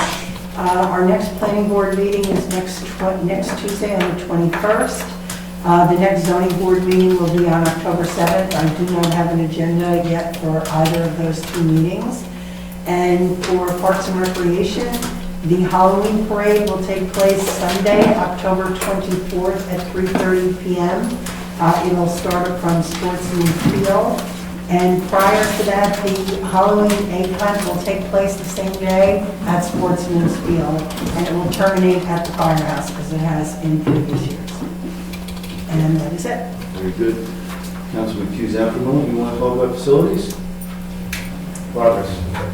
Sure, we had a recent meeting with the Facilities Committee, I think, in the past 3 weeks, because we haven't met in quite a while. We had a number of decisions or questions posed to us. It's becoming clear that just like with the Board of Ed, there may need to be a project manager who manages the project from start to finish. So that is something that we should be considering. And then also from an engineering perspective, there was some discussion about current and previous engineers that were working on the project in the form of Colliers. I think previously it was named Mazer. They had done some work for us and will likely continue to do that work. Very good. And then, Councilman McHugh, police, fire, OEM, engineering, DPW. Any update? So far. Nothing to add. Okay, there we go. Thank you very much. Introduction ordinances 2021-12, capital bond ordinance. May I have a motion to offer? So moved. Second? Second. The roll call. Councilmembers Chris McKee, Yes. Koch, Yes. McCabe, Yes. McHugh, Yes. Neff, Yes. Rodriguez. Yes. Okay. Consent agenda 2021-204 through 2021-214. Any abstentions, additions? Seeing none, may I have a motion to offer? Motion. Second? Okay. And roll call, please. Councilmembers Chris McKee, I'd like to ask for a discussion on 2021-204. Okay. Go ahead, please. Okay, that is the Land Use Advisory Committee. My understanding is that historically this committee existed. I don't know exactly the timing. I understand some work was done related to habitable floor area. There was work done, Hiram Rule participated in a portion of the work, and then the committee did not proceed at a certain point for various reasons, and that the end result was sort of two different thoughts of, thinking. More recently, Councilwoman Nash raised this again to revisit some of our residential zoning ordinances. And there was numerous discussions about the composure of the committee, the mission of the committee, what are the goals, and what will the community engagement look like. So we're talking about residential homes. And so, I'm glad to see a committee coming together. I would emphasize the need that this committee have a mission statement and that it be driven by the community needs and desires, and that it starts from a place of community. Oh, I'm not done. Okay, excuse me. Please continue. And so I just think that that's critically important. I know that they have two council members, the mayor on the committee, 3 of our borough professionals, our borough attorney, looks like two members of the public, and then our chairman of the planning and zoning board. And, I just think it's critically important that the ideas and the discussions and the conversation of this committee be driven by the community and what we're seeing in our own neighborhoods, what we want for the residences, our own residences and our neighbors. And so I just want to emphasize that, and I hope that it starts from a place of community engagement and moves forward on that directive and has a very clear mission and goal, so that work can be accomplished and that the residents are heard within the scope of that. And then after that happens, the professionals are consulted to determine how to proceed forward, and that it happens in that way. Because as we've seen with the sidewalks, for example, that missing community engagement piece at the initiation of the work was missing. And I think that will help facilitate this process and continue moving forward. Did I say something wrong? Well, you just, it's just painful for me to hear. So let me see if I can pass all out. Okay, yes.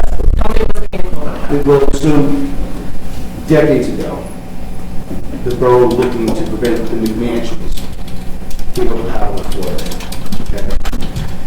It was difficult and convoluted then. It's led to a tremendous amount of problems with the planning, with the zoning board. It's highly complex. So at the request of the chairman, Todd Leader, the chairman of zoning and planning, we formed a subcommittee of the planning board to discuss the alternatives to have it on Florida. We got to a point where we were at loggerheads with some volunteers and with some professionals did, okay, or what their thoughts were, what the solutions were, because this is like a Gordian knot. It's very difficult. So a subcommittee of professionals of that came up with a memo. The memo was recently returned to the committee, and there's disagreement about it, okay? So what we're going to do is we're going to go back. We had lost some members. We're reconstituting it with new members, okay? And we're going to re-engage the conversation. The sole purpose of this is then to deliver the memo to the planning board, because the planning board is charged with promulgating these rules. That is where your engagement will occur, is at the level of the planning board, because that's what the planning board does. Okay?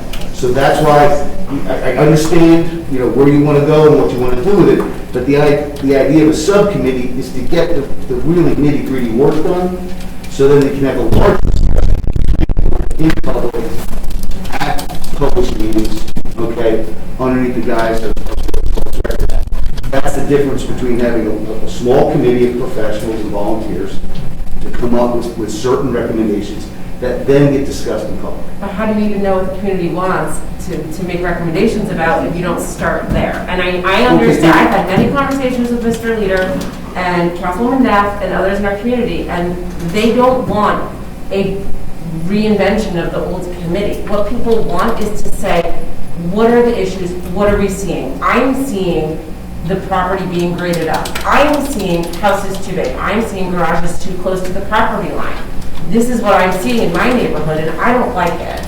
And that's where we need to start, and then we need to move forward. Because how can a committee do any work or make any recommendations without hearing from the public first? And how can a professional, why would we spend our precious resources on that before we know exactly what it is the community is concerned about? And no disrespect to the old committee.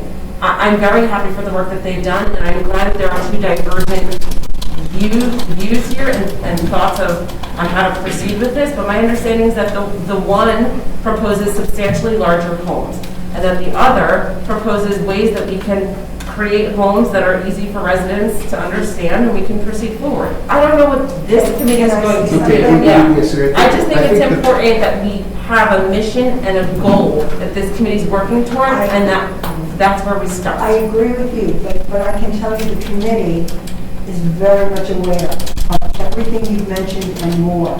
And right now, having a public meeting really wouldn't accomplish anything because we already know what everyone's concerns are. No. Okay, let's stop. Okay, let's stop right now. What we have before us is a consent agenda to appoint some new people to land use. You've now taken the discussion to a completely different place, inappropriate to the vote. What is inappropriate about what I'm talking about? You're asking me to approve this committee, and I want to understand what the committee's work is going to be before I say yes Okay, or no. so at the risk of repeating myself, the committee will be issuing a report to the planning board. The planning board will then have the interaction. Did you decide this, or did the committee decide it? Or is the governing body deciding this? Who's issuing the report, and to who, and to what, and what the procedure is, and the community engagement? I'm just trying to understand, because do I like these people, and I think they'll be good on the committee? Yes. Do I understand what the committee's doing, and when, and how, and where, and how they're engaging the community? No. You're asking me to support a committee. I want to be on let's do this this. committee. I'm not on this committee. I'm okay with that. If the committee's work is being driven in a certain manner and fashion such that the community can understand and share what they're seeing in their neighborhoods. Okay, for the third time. That happens at the planning board. No, it doesn't though. Okay. Why? Why does that happen at the planning board? Because that's the planning board's job. But this is the committee that's reporting to the governing body. No, The it's planning board. reporting not. to the planning board. Why? That makes no sense. That's not true. You're asking me to authorize a committee. I want to know the committee's work. Okay. So, the committee was appointed with the professionals to come up with a memo, present to the planning board, so they could look at the ordinances and make recommendations to the mayor and council as to changes in the ordinance that are appropriate. Okay? The public hearings and what drives that discussion. And I'm suggesting that all that work is going to be done, and then residents are going to say, but you forgot about this and you missed that, and I'm seeing this Okay. over here. And then the committee has to go back and redo everything. Well, I think- Start with community engagement. I think what you're doing, really, is you're having discussions, okay, that I don't know how you govern in that form, okay? I really don't know how you govern in that form. Questions were arose before you sat in the chair, the committee was formed, professionals were hired, work has been done, okay? Right, and The then there memo- were two products, the and memo there was was no issued. consensus. The memo was issued, and we have a lack of consensus, Right. okay? So, We thought it was close. So now what we're going to do is going to go back, go through it again with the members, all right? That's all you're doing. well, let's exclude the community. Let's not talk to them. Let's not identify the other 7 I'm sorry. No, this is not okay. Because, no, what's rude is interrupting somebody stating a fact for the third time because you don't like it, okay? I'm disagreeing with how you're suggesting the committee. But this isn't me. This is But I'm asking where that came from. Answer that question. Who came up with that? Teresa, it's been so long. But I I'm believe there's a- happy to give you my perception, being a part of this the whole time, historically, what happened. The dates might be a little foggy, but let's just call it 2017. I think there was a general feeling amongst the public at large and the governing body that there were issues with homes that were being too big for their area, call them expansions, whatever the case may be. We originally started with our former planner. They issued a report. There was, pictures of houses and what they didn't want to do. And then ultimately, we decided to put together a land use committee to look at what we could do in the short term and the long term. And in the short term, the committee did come up with some recommendations. We did the 50% garage covers being, considered part of the top floor area. we did a couple of things, changes to the cellar and different things like that. But one of the main focuses of the committee, charges to the committee at the time from the governing body, was to first deal with habitable floor area ratio, because it was deemed to be confusing and difficult for the residents, for the professionals, and was not necessarily standard for what was done in the state of New Jersey. So the committee met, and we put a lot of time and effort and energy into this, and engaged professionals, all the members, and Councilman Marchese and Councilman Banahan were on that original committee. So ultimately, you know, we ended up stopping right about when we had the current report from Hiram Rule in a memo that the professionals in the borough spent a lot of time getting themselves on the same page at, and it was due to go back to that committee. I sent it to the committee, but then our special counsel for fair share housing made a bold suggestion that we don't do anything. I'm aware of it. And so that's why we held I'm this aware of for this that amount of entire, time. I'm aware of that entire case. And then maybe 2 months ago, 3 months ago, give or take, I had said, is it okay for us to go back now and resume this work? A little bit debate whether or not the timing, whether we should, but then the mayor had, I guess, spoken to Todd, and there was a need to replace 2 of the members, and then there was a debate back and forth who they should be, and these names were ultimately given to us by the mayor to put the new committee together with the thought that the work that's been done on the memo should go back to the committee and then make some determination on, you know, where we want to move forward from there. As far as the second proposal that you're talking about, which, you know, that's never been presented to the committee either, or this memo. But where it goes from there, that remains to be seen, whether it goes to the planning board or it comes back to the governing body, or you want to put another piece of this in and bring in the community, you know, for input. That's really up to the governing body. If I may just say, I raised this issue in the last meeting because I thought that it was important for us to sort of revive whatever group necessary to address some issues that have been going on for several years and we can find some resolution. Todd Leader, who's the chairman of the planning board and the zoning board, made it pretty clear that he feels that one of the first things that need to be done is to open this to the community for feedback. So, because I am new and we just started it, whether it's at the planning board level or whether it's going to be we want to do a council level meeting, I think we know what some of the issues are because the complaints are the same. It's sort of like there's a very specific pattern of complaints, and we know what some of the issues are that will be harder to tackle, and some of the issues are that might be easier to tackle. So, but he made it pretty clear that he will participate in this as long as the community feedback is there. And I think I can say I'm completely committed to that because we want to have the community participate in these discussions so that we're able to understand how they like what's being done, you know, the construction and so on. So I completely understand what you're saying. I'm less familiar with the process where some of these things reside as far as what is done by the committee or by the planning board or by the council. But I think we have barely met. So I don't think we, I think we need we're still just starting to figure out what we're doing. And I agree with, we should have a fairly clear, and we could present that, fairly clear, set of objectives. And at least as far as I'm concerned, and I know many others, the absolute interest is to have the community engaged from the beginning because we don't want to make changes that people wouldn't agree with. So I agree that will happen. I think I'm hearing the mayor say that belongs in the planning board.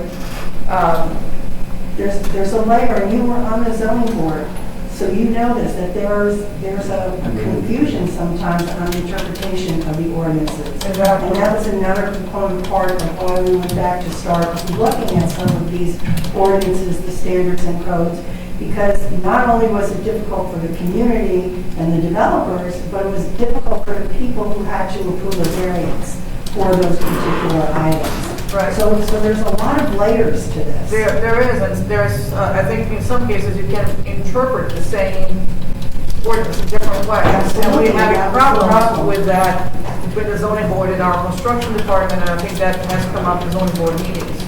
So, I agree, I think we, to your point, we should lay out our objectives and be able to present them, and then determine when would be an appropriate date to have a public forum, and, in which form, hopefully sooner rather than later.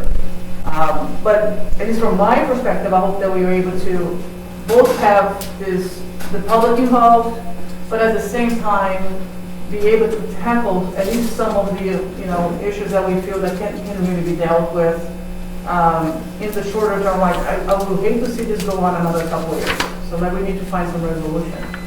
So I think we're all in agreement. I don't know that we are all in disagreement.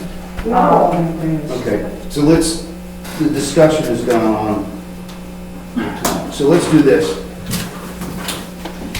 Ready to vote? We're now in discussion, but Councilman Chris McKee, would you like to break 2021-204 out of the consent agenda?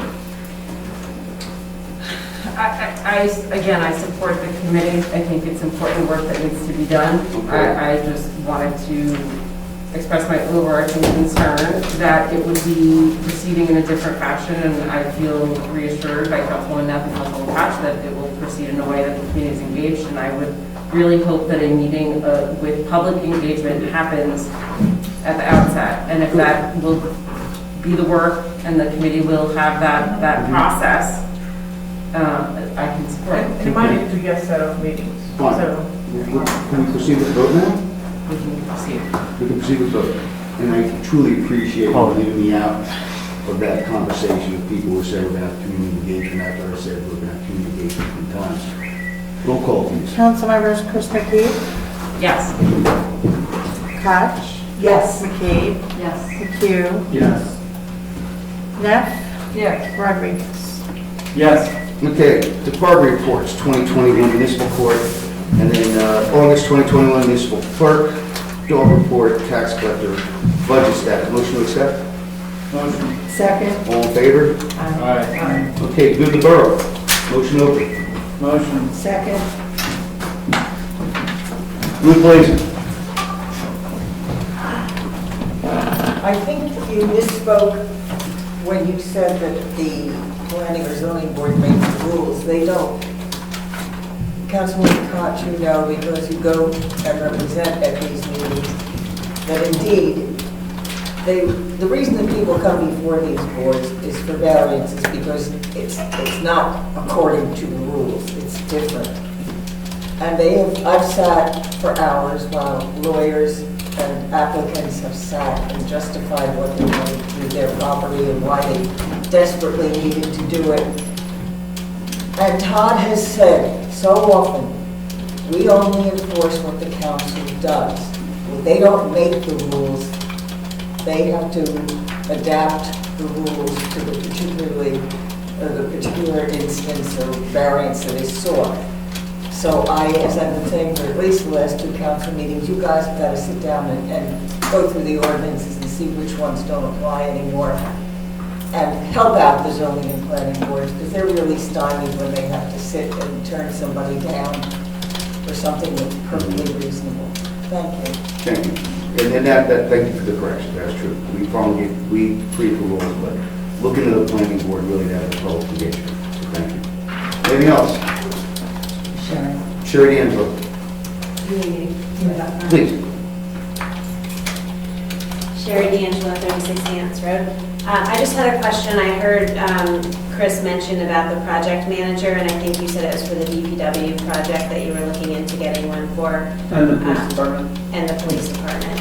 I was just curious why, if that was something that was originally part of the plan. I know you mentioned the BOE, but the BOE doesn't have like its own engineering department and a set of professionals. So just curious why we needed that and if that was This budgeted is for for. the owner's rep. Yeah. Okay, the reason for the owner's rep is our engineering department and the borough staff simply don't have enough time to run the project. So the owner's rep is hired to act on behalf of the borough and then interface with the general contractor or the architect to keep the project moving forward. So effectively, when tiles or windows or materials, this is just an example, are being brought in, Rich doesn't go down there and actually sign for the materials as they come in to get used in the construction. Those are the kinds of things. There's a whole list of things that I understand that the owner's rep would do. So how do we pay for that? It'll come off the bond where this is a soft cost. The more important or immediate need is for the police department in order to commence construction. Several utilities have to be relocated, and our borough staff simply doesn't have the bandwidth to perform that work. And that's work that an owner's rep would perform. But that's also outside of construction management or the architect or a GC. Okay? And that, if I could add, that does sound logical for such a big project to have a project manager, but I think it also does speak to our need to prioritize and help you prioritize what comes off your plate, what gets moved up to the top, what gets moved to the bottom, all the work that you're doing. That's just been my mantra since I've joined. I think that we need to just prioritize some of the work that we're doing around in the borough. Okay. I'll just add a good of the borough. For the good of the borough, I believe it's important that the record reflect that the mayor's conduct and behavior directed at me tonight of slamming the gavel on the table is very unbecoming of a public official, and I ask that you do not do that toward me or anybody else again. And may I add to that, let me disagree with Councilperson Chris McKee for interrupting me mid-sentence. I did it to you, you called me on it, and I stopped. But I understand you're a litigator. You're very good at getting people aggravated. So I ask that you It train. has nothing to do with my profession, and you should easily interrupt without slamming the gavel on the table such that people in the gallery shriek. Yes, I did lose my temper. I do think that there's certain protocol that we should adhere to, and would like to possibly, at some kind of conversation, we should have a leadership team. It's just my own. And I'll say where my frustration is coming from, because, the chair runs the meeting, right? That's the one thing I have as mayor. And historically, fair dealing's been fairly easily used as far as allowing people to talk and speak, all right? Because we like to have open meetings. When I came into this a dozen years ago, I was told that everybody gets heard, nobody gets shushed, all opinions are to be respected, all right? But as of late, actually, for about the last 20-so-odd months, things have been deteriorating tremendously, to the point where people in the audience are shouting out anytime they please without being recognized by the chair. Council people are shouting out and speaking over each other without being recognized by the chair. So I apologize. I apologize for letting things get out of hand. I apologize for not keeping the rules, respect, and decorum of this chamber a little bit tighter, because things did spiral out of control, which did result in me losing my temper, okay? But earlier tonight, Councilperson McCabe said something, which was then jumped in by Councilperson Keith, which then was jumped in by Councilperson Neff, all right? And without anybody even saying, excuse me, Mayor. And when I came on council 12 years ago, if you wanted to speak, you waited for applause and you said, excuse me, Mr. Mayor, I would like to be heard. And that's the way it's worked. All right? I run it a little bit looser. Tonight it got out of control. And again, I apologize for losing my temper. I also apologize for my failure of leadership to maintain control and decorum of the council. All right? But I think each one of you individuals, like officials to represent the people, should take some ownership of the fact that you haven't spent the time to learn how the meeting should be run in a fairly loose Robert's rules. Okay? And that you do not say, excuse me, Mr. Mayor. Okay? I apologize. Okay, is my apology accepted?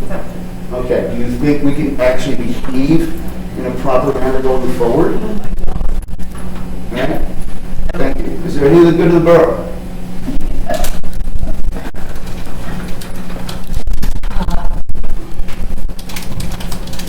I myself have sat through every meeting for the last almost 3 years, and I understand why Councilwoman Kristen Keefe had to say that. We've all been subjected to microaggressions, whether it's the gavel, or it's your choice of language, or it's the way you correct people, or speak to them on the dais while they're in the audience. And I would just like to say, as a member of the public, and one of the people that you serve, I want to see a strong council. The 6 members of this legislative body make up the most important part of our governing body. The mayor has a very important role in running the meeting, but you guys are our legislators. We make up a strong council. I personally am counting on you to be strong, even if you're corrected, even if you're chastised. Do the job. The only other thing I wanted to say was that when the legislative body forms a committee, such as this advisory committee on land use, what's the problem with having a commission or even the resolution can simply have a title that states the purpose and intent? That intent is what would drive the work of that committee. And it sounds like it's sort of generally understood. But I believe you have professionals who could very easily help write that language that would set the direction for the work of that committee. And then the mayor would appoint the committee members. But you would know what that committee is doing because you helped craft the language of the title that sets forth the mission of that committee. I think that would make sense. And the only other thought I had while I was listening to concerns about involving the public is maybe a survey would be a good way to start.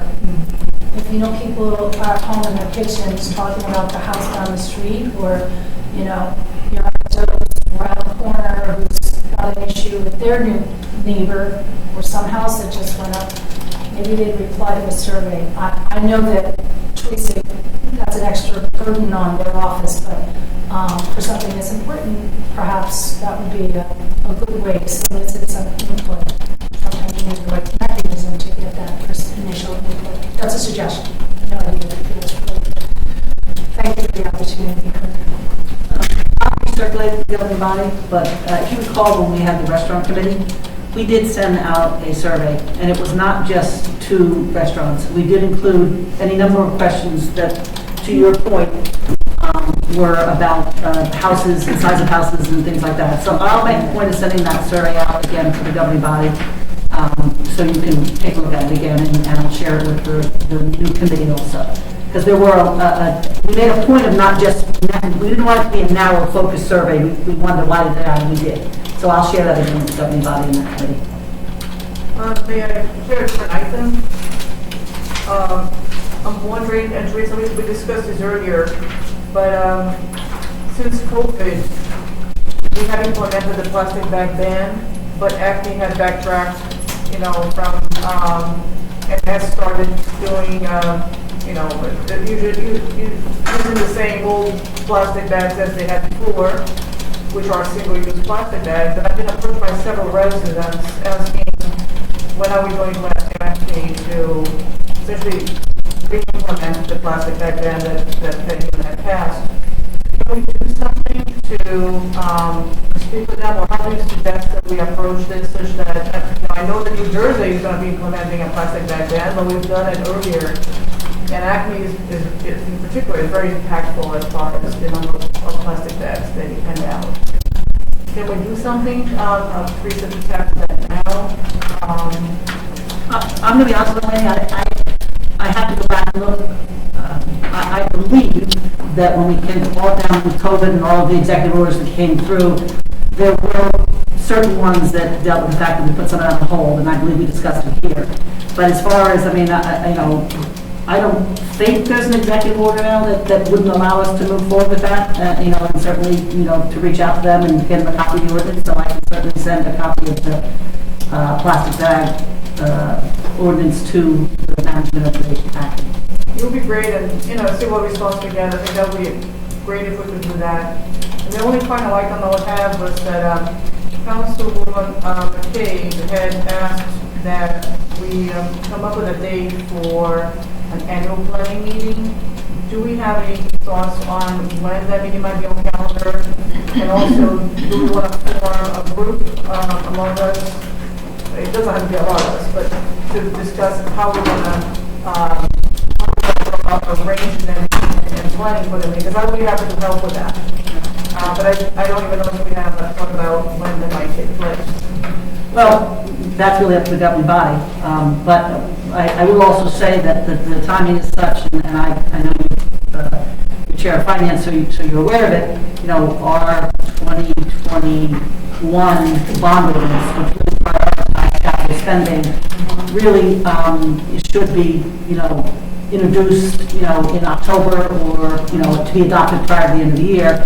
And a lot of the things that we've been talking about, whether they're money for, road projects or purchase of equipment, that's a process that we really have to move forward. And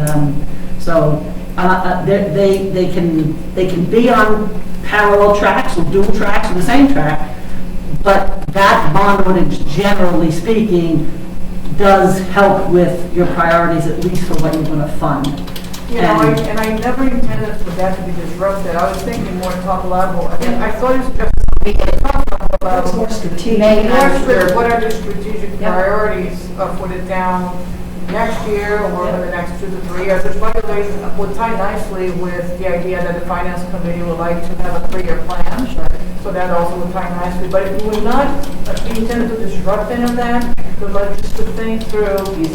For example, I think we could, it might be helpful for us to do things like reconsider the committees we have. And what are the objectives of the committees, to your point, and what is it that we want those specific committees to accomplish next year, and maybe 1 or 2 of them, we don't need them. So that, just more top level, but I just wanted to say, if anyone about council needs help, and at the same time, maybe try to put it on the agenda. Suzanne and I were collaborating, we had talked to Teresa. We were going to start the planning process and then integrate with Teresa and then open it up broader beyond that. But, So let's get together with that and bring something back. Yeah, and I think it's going to be a multiple of meetings, right? So if you look at like a visual, looking at the strategy and the vision, so we're going forward. I think it'll be multiple meetings, not just one and done. So look forward to pulling something together, bringing it back to you. Great. May I say something? Please. I would just like to acknowledge the residents on Oak Lawn Road. I did meet with them. We sat outside in somebody's backyard and we talked about all of the challenges that their children face trying to get to school. To me, one of the biggest challenges is when they come out Oak Lawn, they have the opportunity to either cross over to the new sidewalks that Little Silver just installed, but there's no crosswalk. So there's really no safe way for them to, their drivers to stop, to allow their kids with bikes to cross.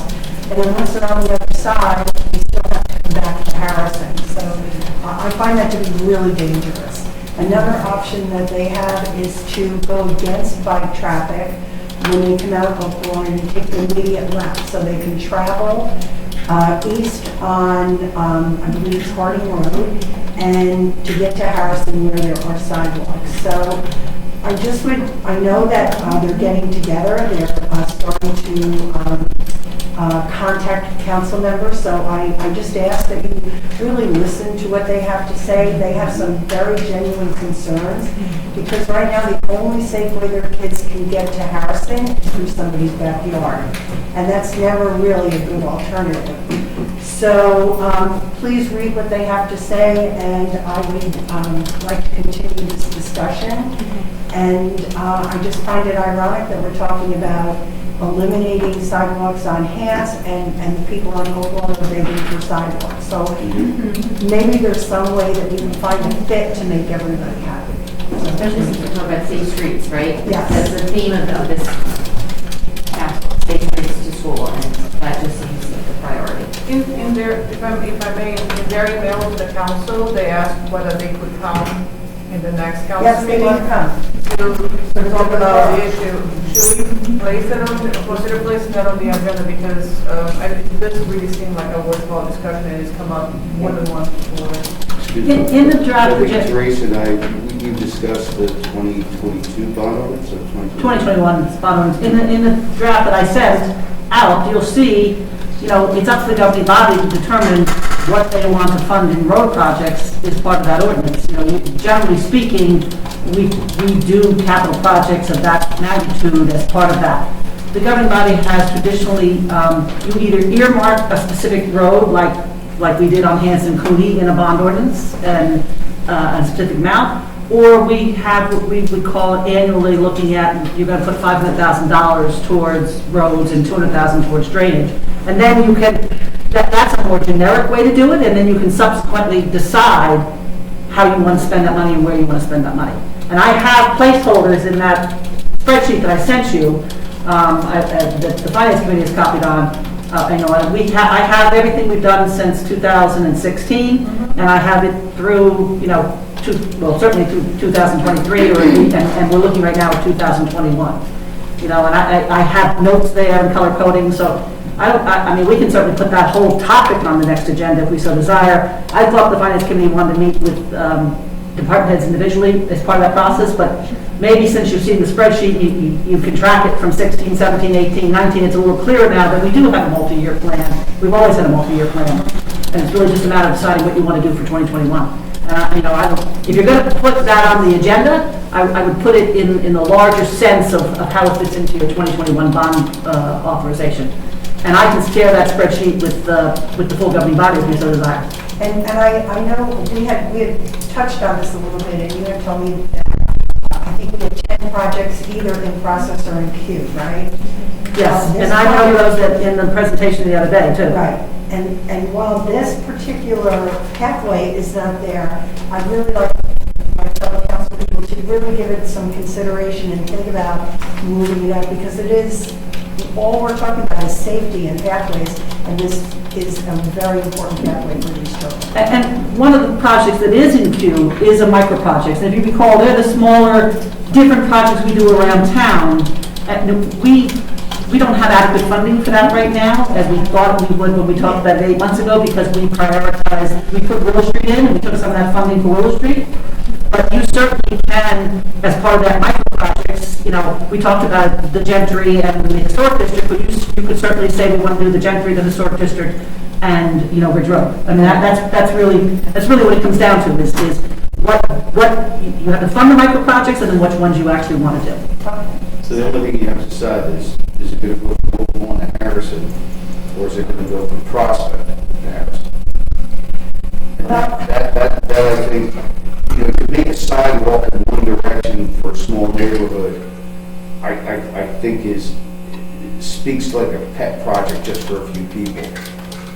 What you need to do is look at an overarching of connectivity between the networks. So Little Silver's now expanded their sidewalk network after decades of kids coming out of Red Bank and walking a go path to school. Now that they have their sidewalks in, putting a sidewalk on the other side of the street, from Prospect down to Harrison, I think is an excellent idea. And the children that do decide to walk against the bike traffic that are in the bike lanes, that is the appropriate way to go, right? Wheels go with wheels, feet go against. That way the pedestrian can make eye contact with the motorist and or the cyclist to avoid conflicts. So that they're doing the right thing now, given the facilities at their disposal. So if we were to do this, I think my recommendation would be is that Rich looks into putting in sidewalks from Prospect to Harrison, and then at a later date, perhaps take Harrison all the way down to, I think it's Rutgers. Right. Okay? So you could do it in phases. And you would phase it in over a couple of years. And that's the way we do things, okay? So, what we do is we go out and we see the grants that come up, okay? And I gotta tell you, between Teresa and Rich and the staff, we're really one of the best municipalities in the area at winning grants. I mean, we're over $4 million in grants that we won. And that's because they know how to do it. They know how to word it, and they know how to seek it. I've heard people say, well, we should have community involvement beforehand. To me, that's highly illogical. Because the grant's there, you go out and you figure it out, and you do it with a concept, right? Now, once the grant's awarded, all right, and you have time, I think then that's the time for community involvement, okay? To have the people speak. Doing it before the grant's awarded actually could lead to a tremendous waste of time and resources, right?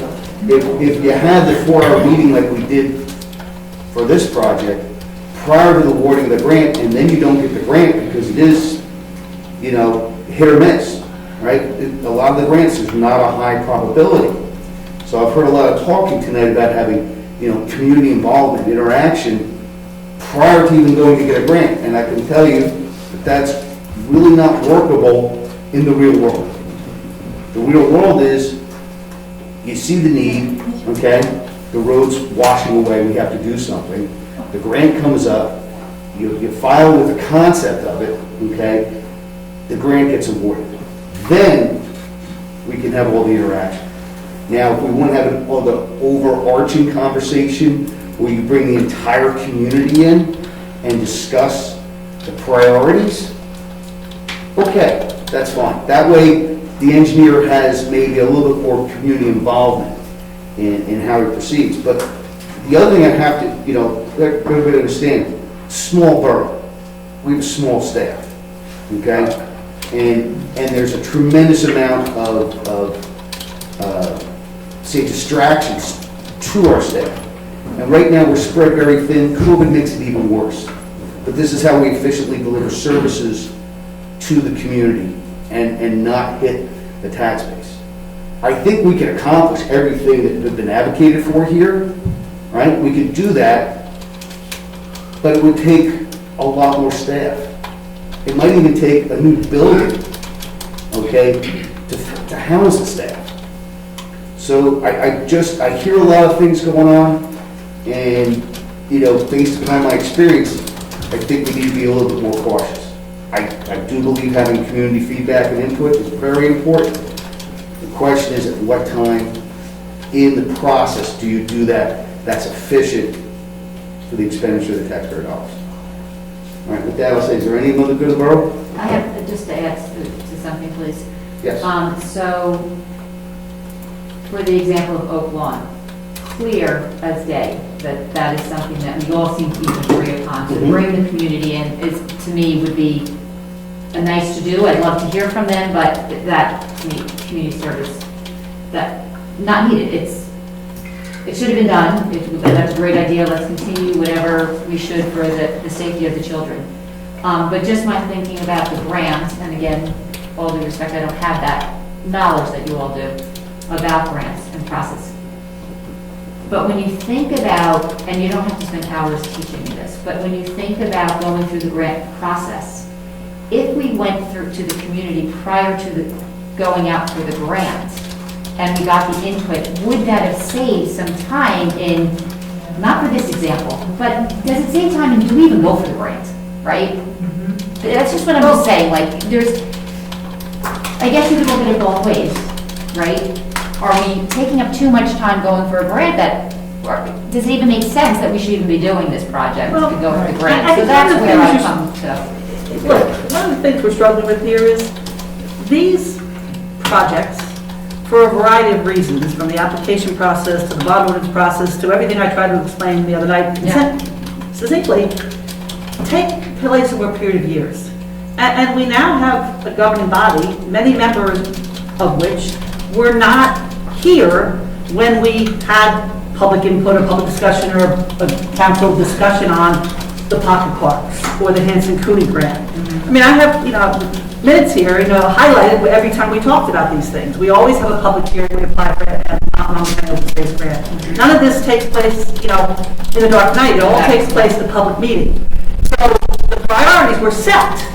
They just weren't set by this governing body. So, you can change those priorities. And some of them you have a lot of time and money invested in, and you might decide to put on. We've explained before, we'll design, we'll apply for any grant we'll look for, we'll prioritize the way you want to prioritize, we'll bring in the community engagement piece. What we can't miss is the fact that when things are put in motion 2 or 3 or 4 years ago, and now you're looking at a new governing body, I think I don't want to say that's a disconnect, but that's really what you're doing now. Your priorities might not be the same as a prior governing body. And if everything was instantaneous, Fairhaven Road's a perfect example. You instructed us at a prior meeting to put the grant in for NJDOT for Fairhaven Road, phase 1. It's in queue. It took place at a public meeting. We talked about it here. But by the time we do Fairhaven Road, phase 1, it's probably going to be 2025.